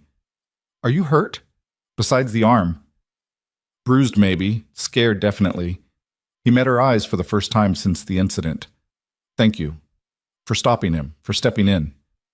Thank you for getting out when I told you to, Leon said. Took guts to back down when every instinct probably told you to fight. Something passed between them then. An understanding, maybe. Or just the acknowledgement that they'd both survived something that could have ended badly. Tommy nodded slowly, then let Pete lead him toward the bunkhouse. Leanne stood alone in the yard, watching the sun climb higher, turning the frost from white to gold. Her whole body was shaking now, the delayed fear finally catching up. She'd almost died. One wrong move, one moment of hesitation, one miscalculation about what the horse would do, and she'd be dead or dying in the frozen dirt. But she wasn't. And neither was Tommy. And somehow, impossibly, the horse had chosen not to hurt her when he had every opportunity. That had to mean something. She was still standing there when Caleb and the others returned an hour later, their horse's breath steaming in the cold air. Caleb took one look at her face and dismounted quickly. What happened? Tommy went into Devil's Creek's corral with a rope. The horse charged him. Caleb's face went pale. Is Tommy... He's fine. Scared, but fine. Leon hesitated. I went in after him. Stopped the horse. You what? I got between them, talked the horse down. It worked. Caleb stared at her like she'd grown a second head. Leon, that horse could have killed you. Yes. You could have died. Yes. And you did it anyway. Yes. Leon met his eyes steadily. What was I supposed to do? Watch Tommy get trampled? Let the horse prove everyone right about being too dangerous to save? Marcus had dismounted and was listening to the exchange with an unreadable expression. Jake stood beside him, equally silent. You were supposed to stay safe, Caleb said, his voice tight with emotion she couldn't quite name. You were supposed to not risk your life for a horse. I didn't risk it for the horse. I risked it for Tommy. And for the possibility that violence isn't the only answer. Leon's voice was steady despite the trembling in her hands. And it worked, Caleb. The horse stopped. He chose not to hurt me. That means something. It means you got lucky. Maybe. Or maybe it means he's learning to trust. Learning that not every human is going to hurt him. She paused. Isn't that what you wanted when you bought him? A chance for him to be something other than dangerous? Caleb ran his hand through his hair. Frustration and fear. And something else warring on his face. Not at the cost of my wife's life. Then you should have married someone less stubborn. The words came out sharper than Leanne intended, edged with her own fear and exhaustion. You wanted someone strong enough for this life. Well, this is what strong looks like. It's not always pretty or safe or smart. Sometimes it's just refusing to back down when backing down would be easier. Marcus cleared his throat. The boy all right? Shaken. Pete's with him. Leon turned to the old cowboy. He was trying to prove something, that he wasn't weak, that the horse breaking his arm didn't make him less capable. Proving things that way gets people killed, Marcus said flatly. Yes. Which is why I stopped him. Leon's voice was firm. And which is why I need to keep working with that horse. Because if I stop now, if I let fear win, then Tommy almost died for nothing. And Devil's Creek goes back to being the dangerous animal everyone says he is. Or, Jake said quietly, speaking for the first time, you keep working with him, and next time you're the one who gets hurt. You got lucky today, Leon. Luck runs out. So does patience, so does fear, so does everything eventually. Leon looked at each of them in turn. But I'm not asking for permission anymore. I'm telling you what I'm going to do. I'm going to keep working with that horse until he trusts me enough to let me touch him, until he understands that humans aren't all threats, until he's healed enough to be useful instead of dangerous. And if you can't, Caleb asked, then I can't. But I have to try. Because giving up now would mean Tommy was right. That force is the only answer. And I don't believe that. I can't believe that. The men stood in silence for a long moment. Finally, Marcus spoke. You go in that corral again. Someone's watching. No more solo trips. Too dangerous. It wasn't permission exactly, but it wasn't refusal either. Leon nodded. Agreed. And you take it slow, Jake added. No more heroics. That wasn't heroics, that was necessity. But Leon softened her tone. But yes, slow and careful. Caleb looked like he wanted to argue more, to forbid her from going near the horse again, to lock her in the house where she'd be safe. But something in her expression, the determination or the exhaustion or the fear she was trying so hard to hide, stopped him. "All right," he finally said, "but we're having a long talk about this later." "Looking forward to it," Leon said, meaning it, because talking meant he was treating her like an equal, like someone whose choices mattered even when he disagreed with them. The men dispersed to their various tasks, leaving Leon alone in the yard. She looked back at the corral one more time. Devil's Creek was standing near the fence now, watching her. Their eyes met across the distance, and Leon felt something shift in her chest. The horse had chosen not to hurt her. In that moment of ultimate power, when he could have destroyed the thing that stood between him and the perceived threat, he'd pulled back, had listened to her voice, had trusted her enough to stop. It was a beginning. Fragile and terrifying and bought at the cost of almost everything, but a beginning nonetheless. She walked back to the house on shaking legs, her mind replaying those seconds when the hooves had been above her head, when death had been one heartbeat away. She'd never been that close to dying before. Not on the ocean crossing, not in her hardest days in the village, not even in the early weeks on the ranch when she'd felt like an intruder in a hostile world. But she'd chosen it, had seen the danger and walked into it anyway because the alternative, watching Tommy die, watching the horse be destroyed for defending himself, had been worse. Inside the house, she made fresh coffee with hands that finally stopped shaking. She stood at the window watching the ranch move through its routines and thought about courage. Real courage, not the kind in stories, but the kind that meant doing the terrifying thing even when your body screamed at you to run. Her mother had told her once that bravery was a luxury poor women couldn't afford, that survival meant being smart, not bold, making yourself small enough that the world forgot to hurt you. But Leanne was done making herself small, done surviving by disappearing. If this ranch was going to be her home, if this life was going to be hers, then she needed to claim space in it. Needed to be the kind of person who stepped between danger and destruction instead of hiding from both. Even if it scared her, even if it almost killed her, even if every logical part of her mind said she was being reckless and stupid and asking for disaster. Because the alternative was going back to being invisible, and Leanne had crossed an ocean to be seen. That afternoon, when the sun was high and the frost had melted into mud, Leanne returned to the corral. Pete came with her as promised, standing at a respectful distance but ready to intervene if needed. "You sure about this?" he asked. "No, but I'm doing it anyway." Devil's Creek watched her approach, his posture wary but not immediately aggressive. The morning's chaos had left its mark. He was jumpier, more alert, like he'd been reminded that threats could come without warning. Lynn stopped at the fence, keeping her movements slow and deliberate. "I'm sorry about this morning," she said quietly. "I'm sorry someone scared you. I'm sorry I had to come into your space without asking. I know that broke the trust we were building." The horse's ears flicked toward her voice. "But I'm here now, and I'm going to keep being here, every day, until you understand that I'm not like the others, that I see you as more than a problem to fix or a danger to eliminate." She paused. "You're scared and hurt and angry at a world that hasn't been kind. I know because I'm all those things too. And if we can find a way through it together, maybe we both come out less broken on the other side." Devil's Creek took 3 steps toward the fence, closer than he'd ever come voluntarily, close enough that Leanne could see the white ring around his eye, the way his nostrils flared with each breath, the scar on his shoulder that spoke of old pain. "That's it," she murmured. "You decide how close. You decide when. I'm just here." The horse stopped an arm's length from the fence, watching her, waiting for something, though what, Leanne couldn't say. She lowered herself to sit in the frozen mud, her back against a fence post, her hands loose in her lap. Pete made a sound of protest behind her, but she ignored it. This needed to happen at the horse's eye level, needed to be an offer of vulnerability instead of dominance. "I'm going to sit here for a while," Leanne said. "You do whatever you need to do. Pace if you want. Stand if you want. Come close if you want. It's your choice." And she waited. The cold seeped through her clothes. Her muscles, already exhausted from fence work and morning terror, began to stiffen. Her hands went numb.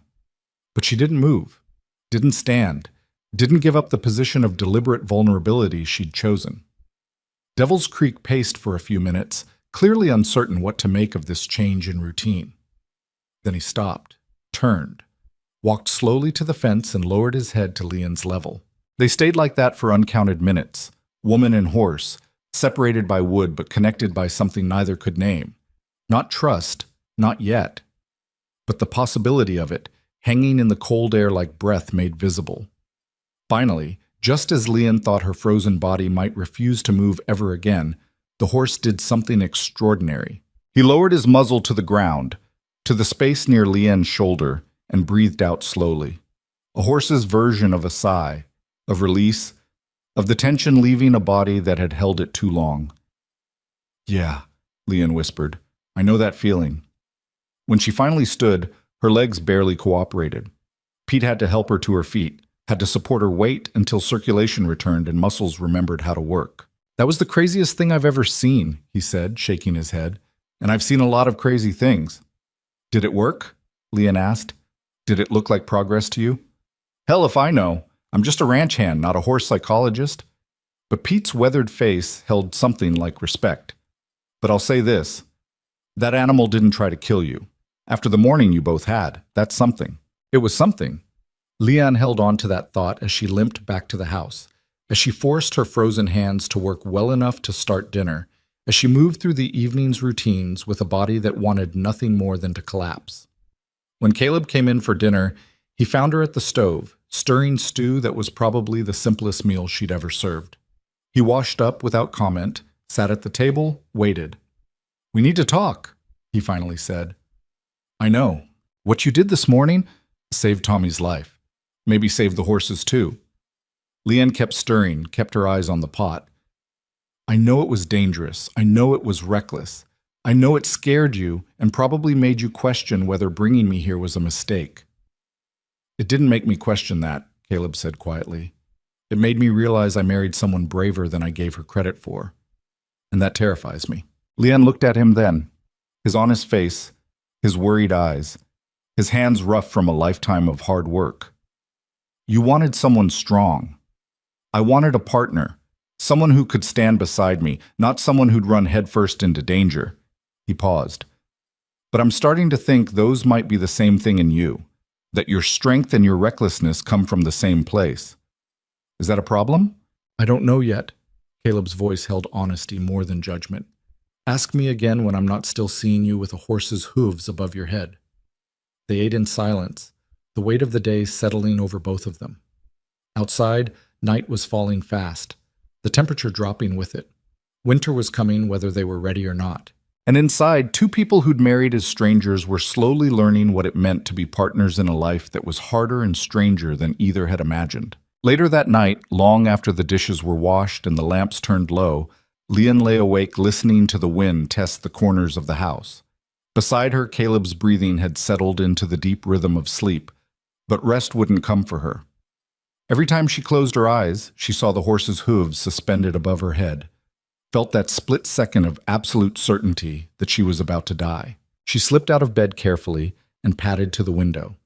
The ranch yard was silver with moonlight, every shadow sharp-edged and strange. And there, in the far corral, Devil's Creek stood awake as always, his dark shape a blot against the frost-pale ground. Watching, waiting, unable to rest. Lynn understood that more than she'd admitted to anyone.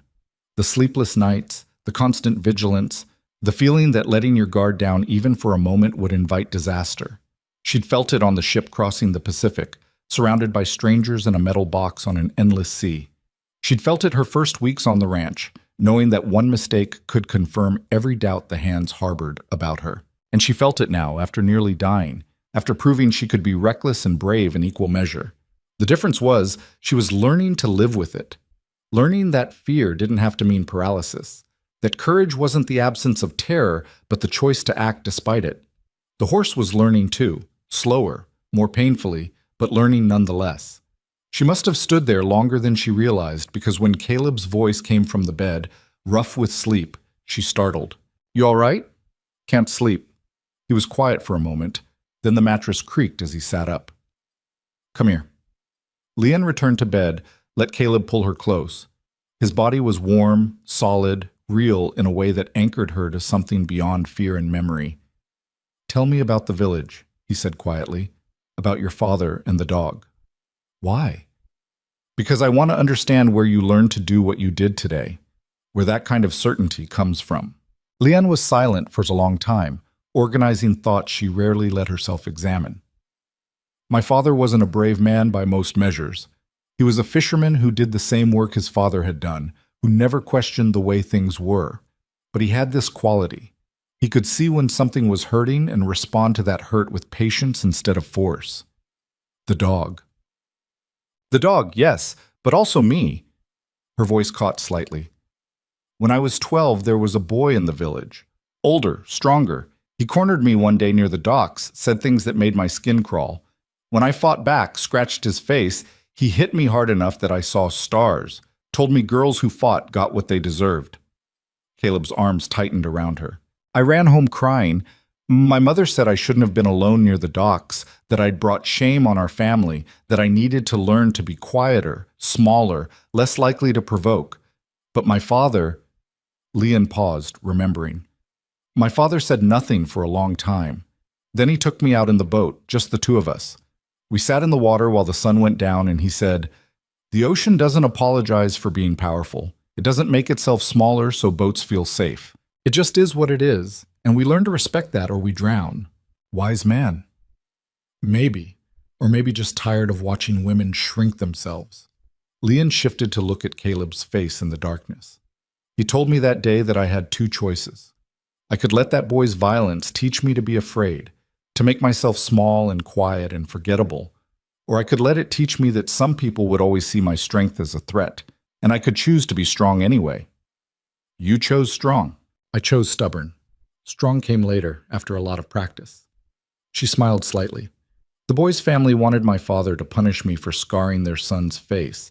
He refused, said the boy had gotten what he earned, and if they didn't like it, they could take it up with the ocean for making his daughter the way she was. How'd that go over? Badly. We were ostracized for months. My mother never forgave me. Said I'd ruined any chance of a decent marriage, that no man would want a wife who fought back. Leanne's voice was matter of fact, the old hurt worn smooth by time and distance. She was right, in a way. No man in the village would have me. Which is why when I saw your advertisement, I answered, figured a stranger across an ocean might be less offended by a woman with scars and opinions than the men who'd known me all my life. I'm not offended, Caleb said quietly. I'm terrified sometimes, and angry when you risk yourself, and constantly worried I'm not enough for someone like you, but never offended. Someone like me? Someone who chose to be strong when the world kept telling her to be small. He pressed a kiss to her hair. That horse chose you for the same reason, I think. He recognized something familiar. Leanne thought about that. You think the horse knows I'm scared? I think the horse knows you're scared and you show up anyway. That's probably the only language he understands anymore. The choice to keep trying even when every instinct says run. They lay together in the darkness. Two people learning to be married, learning that honesty was harder and more valuable than comfort.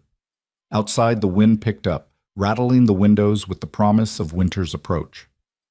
Tomorrow, Leanne said, I want to try something different with him. What? I want to stop waiting for him to come to me. I want to go in the corral, not to force anything, just to share the space.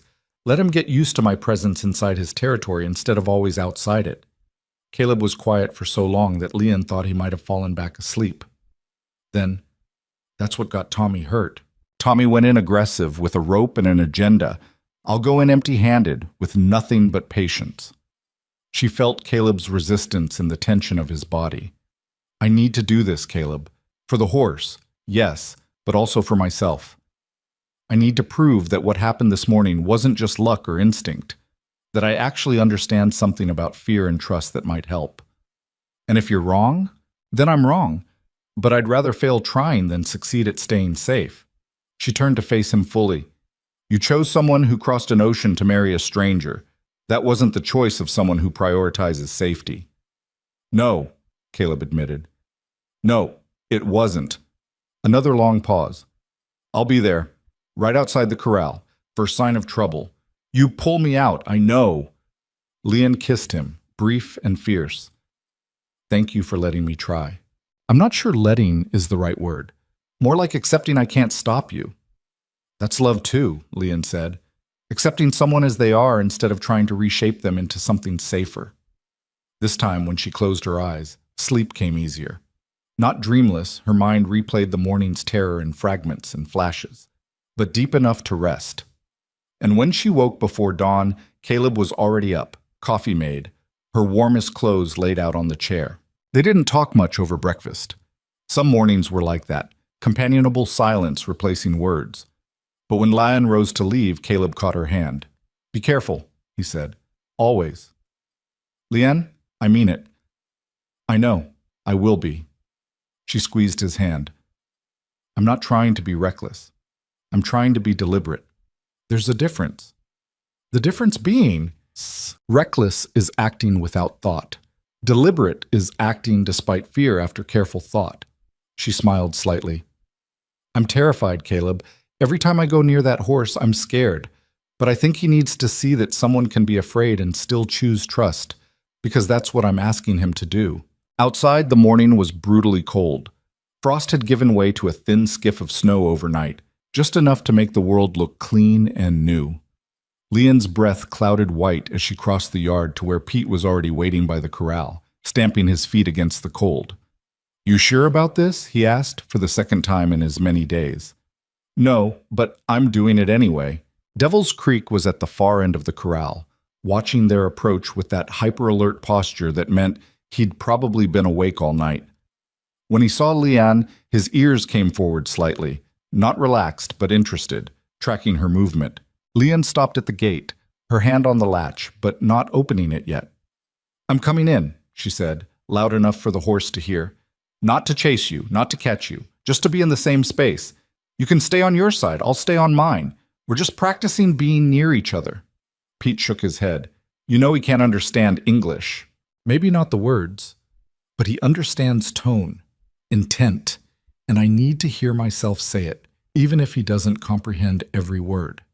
Leon took a breath. If he charges, I'm coming right back out. No heroics today. That's the smartest thing you've said all week. She opened the gate slowly, the hinges creaking in the cold. Devil's Creek's head came up sharply, his muscles coiling, but he didn't move toward her, didn't charge or scream or show the explosive violence of yesterday. Leanne stepped inside and closed the gate behind her. The feeling of being in the corral with the horse was completely different from being outside it. Out there, she'd had the fence between them, had the option of distance. In here, there was nowhere to hide, no barrier to stop him if he decided she was a threat. Her heart hammered. Her mouth went dry. Every survival instinct she possessed screamed at her to get out, to put the fence back between herself and danger. But she stood her ground.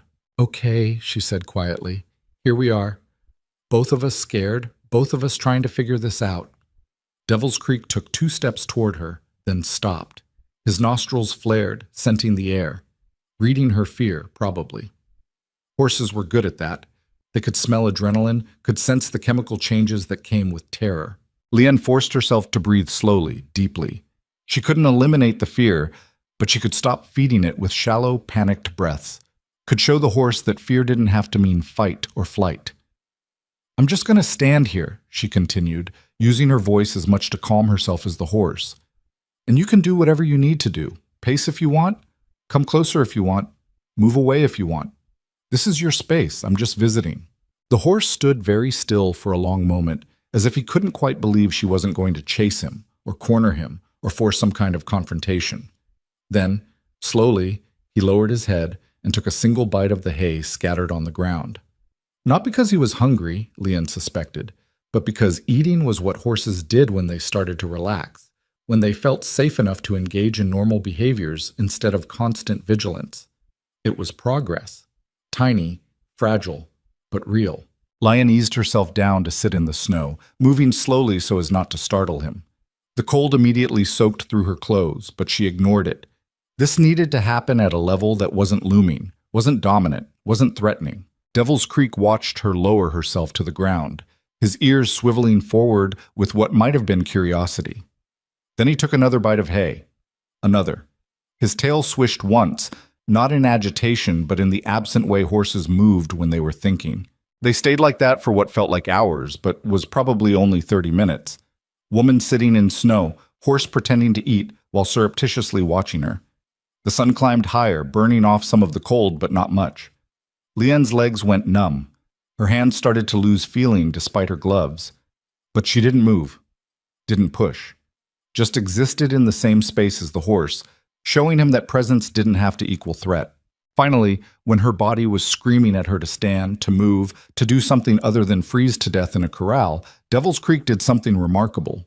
He walked toward her, not charging, not aggressive, just walking, slowly, carefully, like he was approaching something he didn't quite trust but found compelling anyway. Leanne's breath caught. Every muscle tensed, but she forced herself to stay still, to keep her hands in her lap, to let the horse make this choice entirely on his own terms. He came within 10 feet, then 5.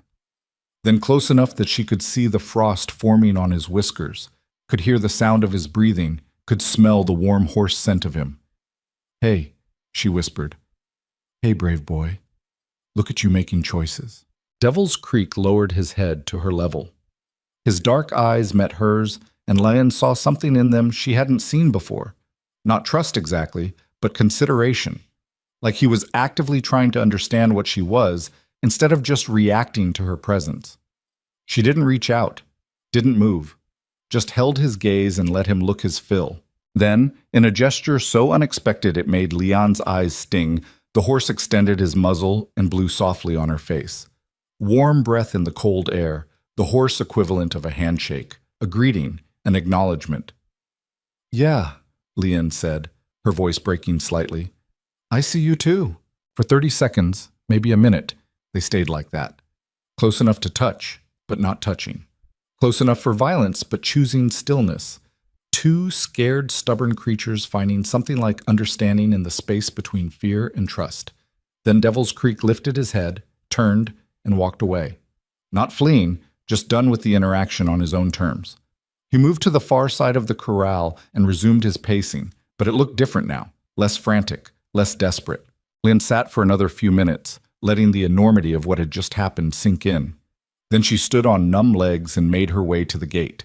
Pete had his hand on the latch, ready to throw it open if needed. His weathered face showed shock. "Did that just happen?" he asked. "I think so, unless we both hallucinated." "He came up to you, voluntarily." "He did. And didn't try to kill you." "That too." Pete shook his head slowly. 40 years I've worked with horses. Never seen anything like that. That horse was broke beyond fixing a month ago, and now he's approaching people like it's nothing." "It's not nothing to him," Leanne said. "Every step toward me was probably terrifying, but he did it anyway." She looked back at the corral where Devil's Creek stood watching them. "He's braver than anyone gives him credit for, including himself." "What now?" Pete asked. "Now I do it again tomorrow, and the day after, and the day after that, until being near me is boring instead of terrifying." Leanne's legs were shaking from cold and adrenaline, but she felt lighter than she had in days. Trust isn't built in one moment. It's built in 100 moments of choosing not to hurt each other. She made it halfway back to the house before her legs gave out. Just stopped working, dropped her to her knees in the snow. Not from fear this time, but from the sheer physical toll of holding herself together while every nerve screamed danger. Caleb was there immediately, must have been watching from somewhere. He lifted her easily, carried her the rest of the way inside, set her by the stove. "Your hands are ice," he said, chafing them between his. "How long were you in there?" "Don't know. Long enough." Her teeth were chattering now that the adrenaline was wearing off. "He came to me, Caleb. All the way across the corral, breathed on my face like horses do when they're greeting each other." "I saw." Caleb wrapped a blanket around her shoulders, pulled her close. "I saw, and I aged 10 years watching it." "But you didn't interfere." "No. Wanted to. Nearly did 3 times, but you were right. It had to be his choice." He held her tighter. "Doesn't mean I have to like watching my wife sit in the snow while a dangerous horse decides whether to trust or trample her." He chose trust. This time. Next time might be different. Or next time might be easier. Leanne leaned into Caleb's warmth, letting her body finally relax. "I'm learning his language, Caleb. Starting to understand what his movements mean, when he's scared versus curious versus overwhelmed. It's like learning Mandarin or in English. At first it's all noise, but gradually patterns emerge. Meanings become clear. And what's he telling you? Leanne thought about the horse's approach, the deliberate slowness of it, the way he'd stopped just short of touching distance. He's saying he wants to trust but doesn't know how. That every time he starts to relax, something reminds him that trust got him hurt before. So he's testing, coming close, then retreating, seeing if I'll punish the approach or allow the retreat without judgment.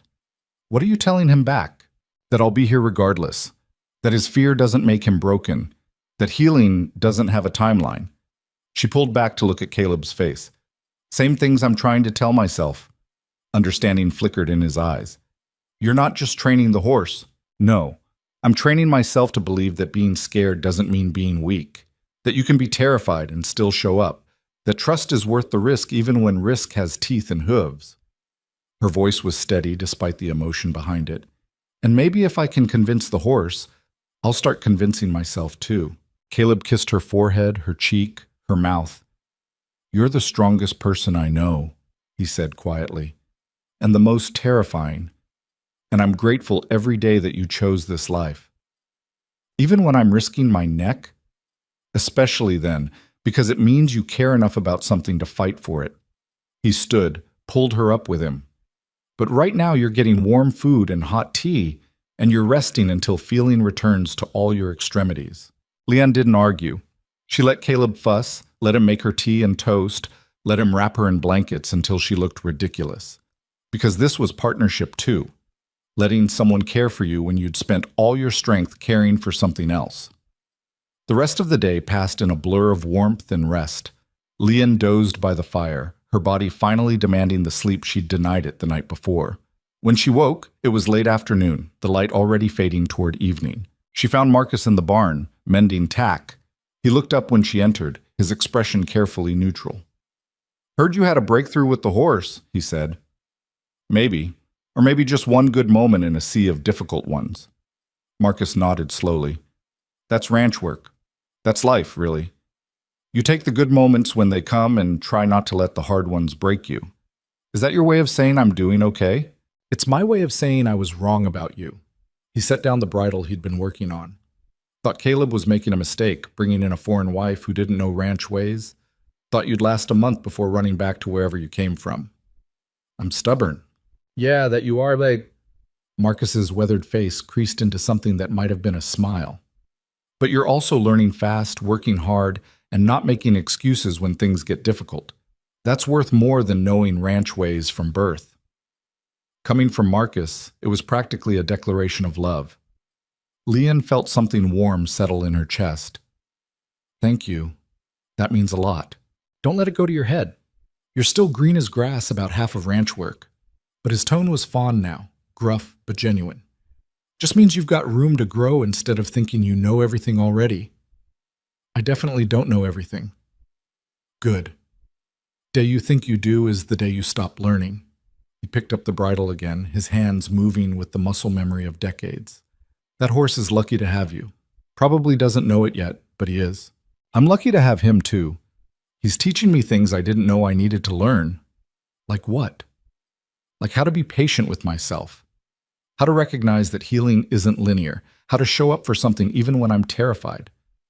Leanne leaned against a post, watching Marcus work. And how to accept that sometimes being broken isn't permanent. Sometimes it's just the state you're in before you learn how to be whole in a different way. Marcus was quiet for a long moment. You talking about the horse or yourself? Both. Neither. Does it matter? Suppose not. He finished the stitch he was working on, tested the strength of the repair. My wife died 3 years ago. Cancer. Took her fast, which I guess was a mercy, but it didn't feel like one at the time. His voice was matter-of-fact, but Leon heard the pain underneath. After she passed, I thought I was done. Thought I'd just work until I couldn't work anymore, then die. Didn't see the point in much else. What changed? Nothing changed. I'm still working toward the same end, but somewhere along the way I realized that being broken doesn't mean being useless, that you can be grieving and still show up for the work, that wholeness isn't required for living, just for pretending everything's fine. He looked at her directly. That horse is teaching you what loss taught me. That surviving doesn't mean being unscathed. It just means being willing to keep going anyway. Leanne didn't know what to say to that. The honesty was unexpected, the vulnerability rare from a man who usually kept his emotions locked behind gruffness and routine. "Thank you for telling me that," she finally said. "Yeah, well, don't spread it around. Got a reputation to maintain." But Marcus's eyes were kind. "Point is, you're doing good work with that horse, and with yourself. Don't stop just because it gets hard." "Wasn't planning on it." "Good." Leanne left him to his tack mending and walked out into the early evening. The temperature was dropping fast, winter settling in with the kind of cold that made breath hurt. Snow was coming, the real kind that would last until spring. The ranch was preparing, extra hay stockpiled, fences reinforced, equipment sheltered. And in the far corral, Devil's Creek stood watching the house with what might have been expectation. Tomorrow, Leanne would go back, would sit in the cold, would offer her presence, would continue the slow, difficult work of building trust with a creature that had every reason to reject it. But tonight, she stood in the yard watching the first stars appear and thought about Marcus's words, about being broken and useful, about surviving without being unscathed, about all the ways people and horses learned to keep going when everything told them to quit. She thought about her father and his patient dog, about the boy who'd hit her and the man who'd defended her, about the village she'd left and the ranch she was claiming as home. And she thought about tomorrow, when she'd wake up and do it all again. The fear, the cold, the slow accumulation of small moments that might eventually add up to something like trust. It wasn't the life she'd imagined answering that advertisement. It was harder, stranger, more terrifying. But it was hers, and she was choosing it. Every day, every frozen morning, every moment of sitting in the snow while a scared horse decided whether to believe in her. She was choosing it, and that made all the difference. The next 2 weeks passed in a rhythm that became almost meditative. Every morning, Leanne went to the corral. Every morning, she sat in the cold while Devil's Creek decided whether to acknowledge her. And every morning, he came a little closer, stayed a little longer, relaxed a fraction more into her presence. The ranch hands stopped watching with skepticism and started watching with something closer to respect. Even Tommy, whose pride had nearly gotten him killed, began asking questions about her approach instead of dismissing it outright. "How do you know when he's ready for more?" Tommy asked one afternoon. His casted arm nearly healed now, the doctor saying another week, and he'd be free of it. Leanne was cleaning vegetables at the kitchen sink, her hands moving automatically while her mind was partly still with the horse. "I don't know," she admitted. "Not for certain. I just watch for the small changes, the way his ears stay forward longer. How he doesn't flinch when I shift position, the moments when he chooses to stay close instead of creating distance." "That's it? Just watching?" "Just watching, just being patient, just trusting that he'll tell me when he's ready for the next step." She paused, considering. "It's like learning to read someone's face for truth instead of listening to their words. The body doesn't lie the way language can." Tommy nodded slowly. "I rushed it. When I went in there with the rope, I thought force would be faster than patience." "Force is faster," Leanne agreed, "until it breaks what you're trying to fix." "Yeah." He shifted uncomfortably. "I'm sorry for putting you in danger, for almost ruining what you were building with him." "You didn't ruin anything. You just reminded both of us that trust is fragile." She looked at him directly. "But you also gave us a chance to prove that even when trust breaks, it can be rebuilt. That's worth something too." The conversation stayed with Leanne as she returned to the corral that evening. The sun was setting earlier now, winter asserting itself with shorter days and longer nights. Snow had fallen steadily for the past 3 days, turning the ranch into something from a painting, beautiful and harsh in equal measure. Devil's Creek was waiting at the fence, which was new. Usually he made her come to him, made her prove her commitment by showing up regardless of weather or exhaustion. But today he stood near the gate, his breath clouding white in the cold air, his dark eyes watching the house as if he'd been waiting for her specifically. "Hey," Leanne said softly as she approached. "You're eager today." The horse's ears flicked forward at her voice. He didn't move away when she opened the gate, didn't retreat when she stepped inside, just watched with that intense focus horses had when they were trying to understand something. Leanne moved to her usual spot against the fence and lowered herself to sit. The snow soaked through her clothes immediately, but she barely noticed anymore. Cold was just part of the process now, something to endure rather than fight. But today, Devil's Creek didn't make her wait. He walked straight to her, closing the distance in a few long strides, and stopped directly in front of her, close enough that she could have touched him, close enough that his warmth fought back the cold. "Well," Leon whispered, "this is different." The horse lowered his head to her level, just like he had that first breakthrough day. But this time, instead of breathing on her face and retreating, he stayed, held position, waiting.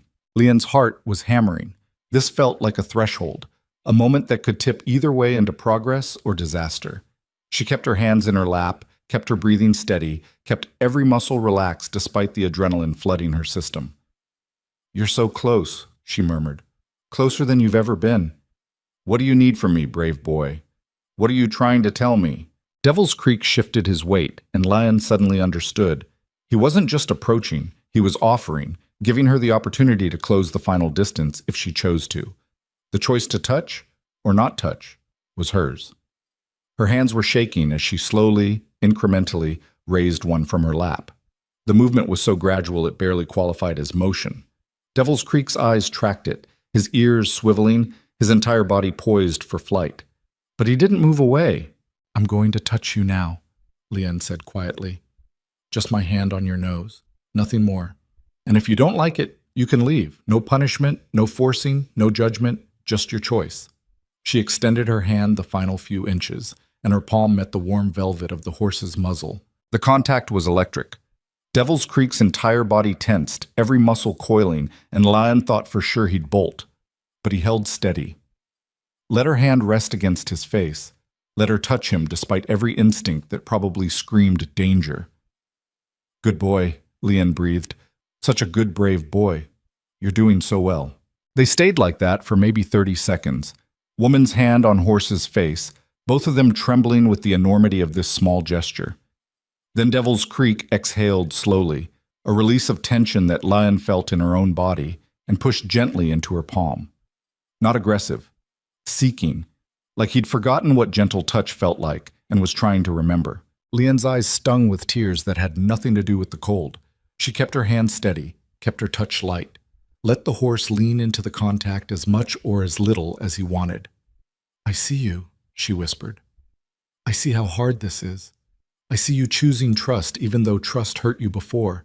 You're so much braver than anyone knows." After a minute, maybe two, Devil's Creek lifted his head and stepped back, creating distance on his own terms, ending the interaction when he'd had enough. He didn't run, didn't panic, just moved to the center of the corral and stood there processing. Leon sat in the snow, her hands still warm from the contact, and cried. Not from sadness, but from the sheer weight of what had just happened. A horse that had been broken by violence had just chosen gentleness, had allowed touch from a human despite every reason to refuse it. It was more than progress. It was transformation. She was still sitting there, tears freezing on her face, when Caleb appeared at the fence. "I saw," he said quietly, "from the barn. I saw him let you touch him." "He chose it," Leon said, her voice thick. "I didn't force or trick or coerce. He made the choice himself." "I know." Caleb climbed into the corral, something he rarely did, and helped her to her feet. Her legs had gone completely numb. "I know, and I'm so proud of you I don't have words for it. It wasn't me. It was him. His courage. His choice. It was both of you." Caleb held her close, sharing warmth. "You showed him a different way was possible. He chose to believe you. That's partnership."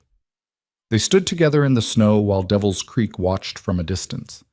The horse's posture was different now, not relaxed exactly, but not coiled for violence either. Something in between.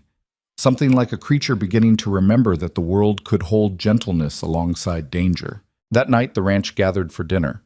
Marcus had shot a deer and they made venison stew that filled the kitchen with warmth and rich smells. The hands sat around the table, Marcus, Jake, Tommy, Pete, and a few others who drifted in from the bunkhouse when food smells promised something better than their usual fare. Leanne served the meal, but this time when she sat down, there was a chair waiting for her at the table. Not an afterthought, not a concession, but a place that had been deliberately saved. "Heard you made contact with Devil's Creek today," Jake said, ladling stew into his bowl. "Full touch, hand to face." "I did." "How'd it feel?" Leon thought about the question, about the warm velvet of the horse's muzzle and the trembling she'd felt in both their bodies. Like a promise being kept, like proof that patience is stronger than force. "Poetic," Marcus said, but without mockery. "Also accurate.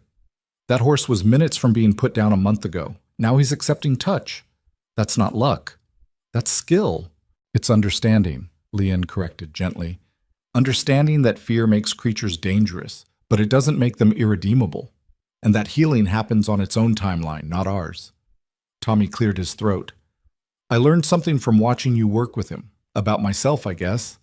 The table went quiet, all eyes on the young ranch hand. "I thought strength meant never backing down, never showing weakness, never admitting when something was too much for me." His voice was steady despite the obvious difficulty of the admission. "But watching you sit in the cold day after day, getting nowhere sometimes and making tiny progress other times, never giving up but also never forcing, that taught me that real strength is knowing when to push and when to wait." "That's wise," Leon said softly. "Took me a long time to learn it. Still learning, really." "We're all still learning," Caleb added. "Anyone who thinks they know everything about working with animals or people or life in general is either lying or delusional." "Or Marcus," Jake said with a grin, and the table erupted in laughter, even Marcus cracking a smile. The evening passed in warmth and companionship, the kind that came from shared work and mutual respect. These men who doubted her were becoming something like family, rough and imperfect, but genuine. And Leanne, who'd crossed an ocean to escape a village that saw her as a burden, was finding her place in a world that was learning to value her exactly as she was. Later, lying in bed beside Caleb, Leanne stared at the ceiling and thought about tomorrow. "I want to try leading him," she said into the darkness. Caleb shifted. "Leading him how?" "With a rope. Not to force him, just to see if he'll follow. If he trusts me enough to let me guide him around the corral." She felt Caleb's tension even in the dark. "I think he's ready, and I think if I don't try soon, I'll lose my nerve." "What if he's not ready?" "Then he'll tell me, and I'll back off. But I have to try, Caleb. We can't stay in this limbo forever. Me touching him, but nothing more. Eventually he needs to be useful. That's what saves him long term. Not just tolerance, but purpose." Caleb was quiet for a long time. "When?"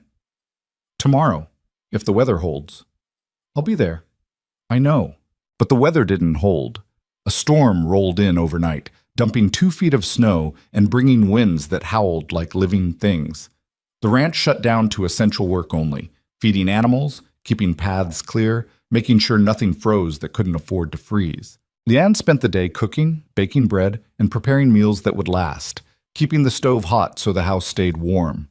But her mind was with the horse, wondering if he was cold, if he was scared, if he understood that she hadn't abandoned him when she didn't come to the corral.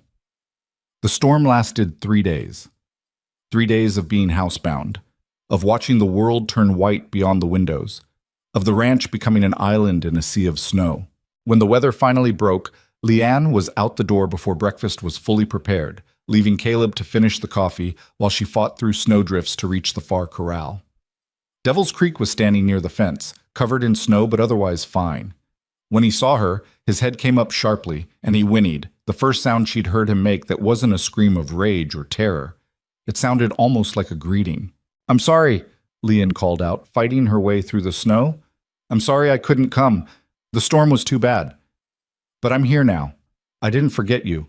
She reached the fence, breathless from the exertion, and Devil's Creek came straight to her, pushed his nose through the rails, seeking contact, seeking reassurance that she was real and present, and hadn't disappeared like everything else good in his life probably had. Lynn pressed her forehead to his, feeling the warmth of him through the cold. "I'm here," she whispered. "Always going to be here. That's the deal. You trust me, I show up, no matter what." The horse breathed out slowly, his breath warm on her face. When she entered the corral, he didn't retreat. When she pulled the lead rope from her pocket, soft cotton, nothing harsh or frightening, he didn't bolt. He just watched, waiting to see what she'd do. I want to try something, Leon said, moving slowly, telegraphing every motion. I want to see if you'll let me put this rope around your neck. Not to force you anywhere, just to connect us.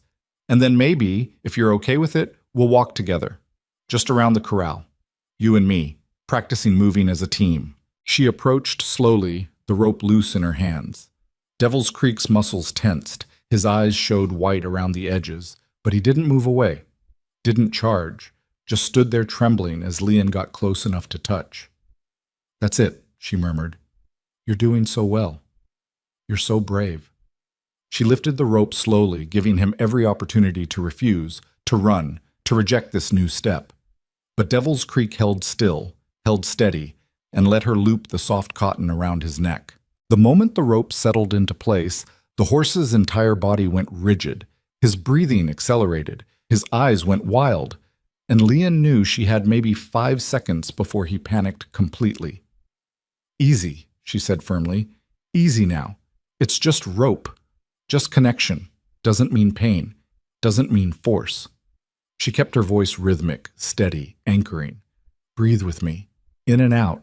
That's all we're doing. Just breathing together. Devil's Creek's sides were heaving. Sweat broke out on his coat despite the cold. But he didn't bolt. Didn't rear. Didn't explode into the violence everyone had expected. He just stood there shaking while Lan held the rope loose and waited for him to find his calm. It took 5 minutes. 5 minutes of talking, breathing, being present while the horse fought his demons. But gradually, incrementally, Devil's Creek's breathing slowed. His muscles unlocked. His eyes cleared. And when Leon took a single step backward, holding the rope gentle and light, the horse took a step forward, following her, choosing to follow. Good boy, Leon breathed. Such a good, brave boy. She took another step. The horse followed. Another step. Another following. They moved around the corral in slow circles, woman leading and horse choosing to be led, building a dance of trust that neither had known was possible a month ago. By the time they'd circled the corral 3 times, Devil's Creek was walking beside her instead of behind, his head level with her shoulder, his breathing calm. Not a broken horse being forced to obey, but a partner choosing to move in cooperation. When Lan finally stopped and removed the rope, the horse didn't flee. He stayed close, pushing his nose into her shoulder, seeking the contact that had become familiar instead of frightening. We did it, Leon whispered into his mane. We actually did it. She looked up to find the entire ranch watching from the fence. Caleb, Marcus, Jake, Tommy, Pete, all of them standing in the snow, silent witnesses to something they'd thought impossible. Well, I'll be damned, Marcus said finally. That's a broke horse. No, Leon corrected, walking Devil's Creek toward the fence. That's a healed horse. There's a difference. She opened the gate and led the horse out, actually led him, walking freely beside her with nothing but a loose rope and mutual trust. The hands stepped back, giving them space, their faces showing shock and respect in equal measure. Leanne walked Devil's Creek around the yard once, then back to his corral. She removed the rope, and the horse stood there for a moment, as if deciding what to do with this new freedom. Then he lowered his head and nuzzled her shoulder. Gentle, seeking, a gesture of trust that was worth more than any amount of forced obedience. Go on, Leanne said softly. You did good. Get some rest. Devil's Creek turned and walked back into his corral, his movements calm and purposeful. When he reached the center, he lowered himself to the ground and lay down in the snow. Actually, lay down. Something he'd been too afraid to do since arriving at the ranch, trusting that he was safe enough to truly rest. Jake whistled low. Never thought I'd see that animal sleep. He just needed someone to show him the world wasn't all threat, Leon said. Once he believed it, he could let go. The men dispersed slowly, heading back to their work, their conversations low and awed. But Caleb stayed, watching Leon with an expression she couldn't quite read. What? She asked. Just thinking about the day you arrived. How small you looked getting off that train. How terrified I was that I'd made a mistake bringing you here. He shook his head slowly. And now you're standing in the snow having just accomplished something I've never seen done. Having proven that everything I worried about was backward. What do you mean? I was worried you'd be too gentle for ranch life, too breakable. But gentleness was exactly what this ranch needed, what that horse needed. What I needed, probably, though I didn't know it. Caleb moved closer, pulled her into his arms. You didn't just save the horse, Leon. You changed how everyone here thinks about strength and patience and what it means to fix something that's broken. I didn't fix him. I just gave him space to fix himself. Same thing. Same principle, anyway. Caleb kissed her forehead. I love you. I know we haven't said it much, that we married as strangers and are still figuring out what we mean to each other. But I love you. And I'm grateful every day that you were brave enough to answer that advertisement. Leon felt tears prick her eyes again, the second time in one day. I love you too. Even though you snore and leave your boots where I trip over them and sometimes forget I exist when you're working on a difficult problem. Hey now, Caleb protested, but he was smiling. I love you for those things too, for being human and imperfect and real. She pulled back to look at his face. We're both broken in our ways, both scared of things we don't talk about. But we're learning to trust each other anyway, aren't we? Just like the horse learned to trust me. Yeah, Caleb said softly. Yeah, we are. The weeks that followed were different. Not easier exactly. Ranch work was still hard, winter was still brutal, and Devil's Creek still had moments when old fears resurfaced. But there was a shift, a fundamental change in how things operated. Lynn worked with the horse daily, building on the foundation of trust they'd established. She taught him to wear a bridle, to accept a saddle, to stand for grooming. Each step was negotiated, not forced. Each new thing introduced slowly, with patience and respect for his fear. And slowly, the dangerous horse everyone had written off became something else. Became useful, became trained, became the kind of horse that Caleb could ride out to check cattle, that Marcus could use for herding, that even Tommy eventually learned to work with. But more than that, Devil's Creek became proof of what everyone had thought impossible. Proof that patience could succeed where force failed, that understanding fear was more powerful than ignoring it, that broken things could become whole again if given enough space and time and stubborn, unreasonable hope. The ranch hands changed too. They started asking Leon for advice with difficult horses, with cattle that had been traumatized, with any animal that was proving resistant to traditional methods. And gradually, her approach became part of the ranch's culture, not replacing the old ways entirely, but adding to them, expanding what was possible. One evening in late winter, with spring just beginning to show itself in the longer days and melting snow, Leon stood at the kitchen window watching Devil's Creek graze peacefully in the corral beside the other horses. He'd been integrated into the herd 2 weeks ago, and after some initial posturing, had settled in like he'd always belonged. You thinking about him? Caleb asked, coming up behind her and wrapping his arms around her waist. Thinking about how far he's come. How far we've all come. We? You, me, the ranch, the horse. All of us. We're all different than we were when I arrived. She leaned back into Caleb's warmth. I was so scared that first month. Scared I'd made a mistake, scared I'd never fit, scared I'd always be the foreign bride everyone resented. And now? Now I'm still scared sometimes. Still foreign in ways that matter. Still learning. She turned to face him. But I'm not trying to fit anymore. I'm just being who I am and letting everyone else adjust to that. Turns out that's easier than trying to become someone they'd accept. For what it's worth, they do accept you. More than accept. They respect you. I know. Took proving myself in ways I didn't expect, but I know. She smiled. Marcus asked me yesterday to work with his friend's horse. Says it's got behavioral issues and traditional training isn't working. He thinks I might have ideas. What'd you say? I said I'd try. That's all I can ever promise. That I'll try, and I'll be patient, and I'll respect what the animal needs instead of what humans want. She paused. It's strange. In my village, I was useless. A burden. A daughter who should have been a son. But here, doing the exact same thing I always did, seeing the scared creature underneath the dangerous behavior, that's valuable. That's a skill people want. It's the same everywhere, Caleb said quietly. The world is full of scared, broken things that people don't know how to help because they've forgotten how to see past the danger to the hurt underneath. You haven't forgotten. That's rare. That's precious. They stood together as darkness fell, watching the horse who'd been too dangerous to save now peacefully existing alongside creatures he would have attacked a few months ago.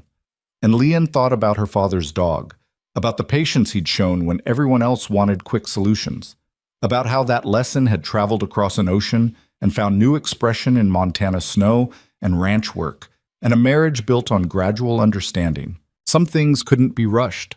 Some transformations required time measured in seasons rather than days.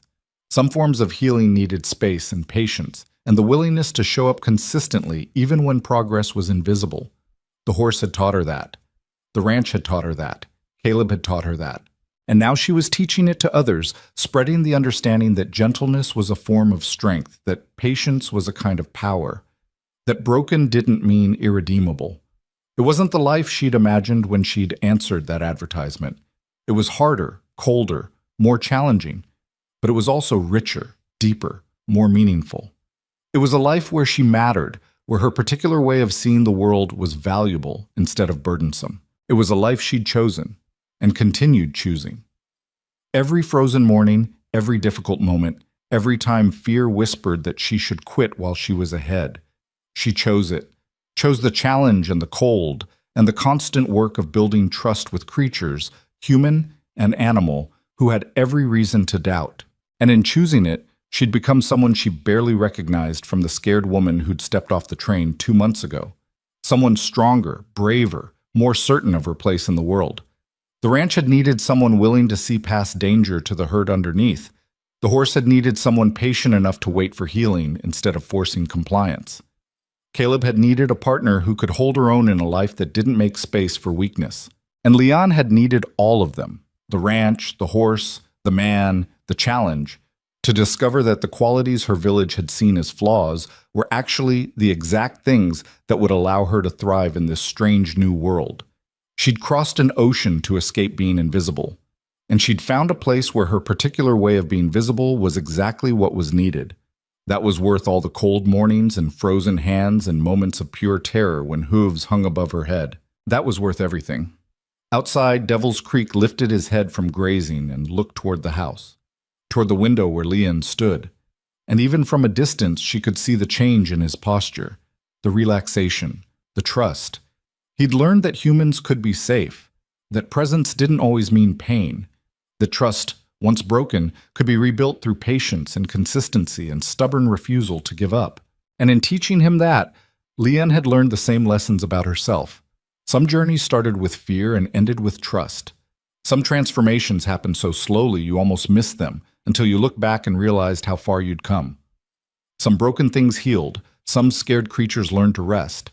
Some foreign brides became exactly what a Montana ranch needed, even when nobody, including themselves, had seen it coming. The snow was melting, spring was coming, and on a ranch in the middle of nowhere, a woman and a horse had both learned that healing was possible if you were brave enough to choose trust over fear. One frozen morning at a time, one small gesture of faith at a time, one moment of choosing connection over safety at a time, until one day you looked up and realized you weren't broken anymore. You were just whole in a different way, changed by what had hurt you, yes, but not defined by it. Free. And that was everything.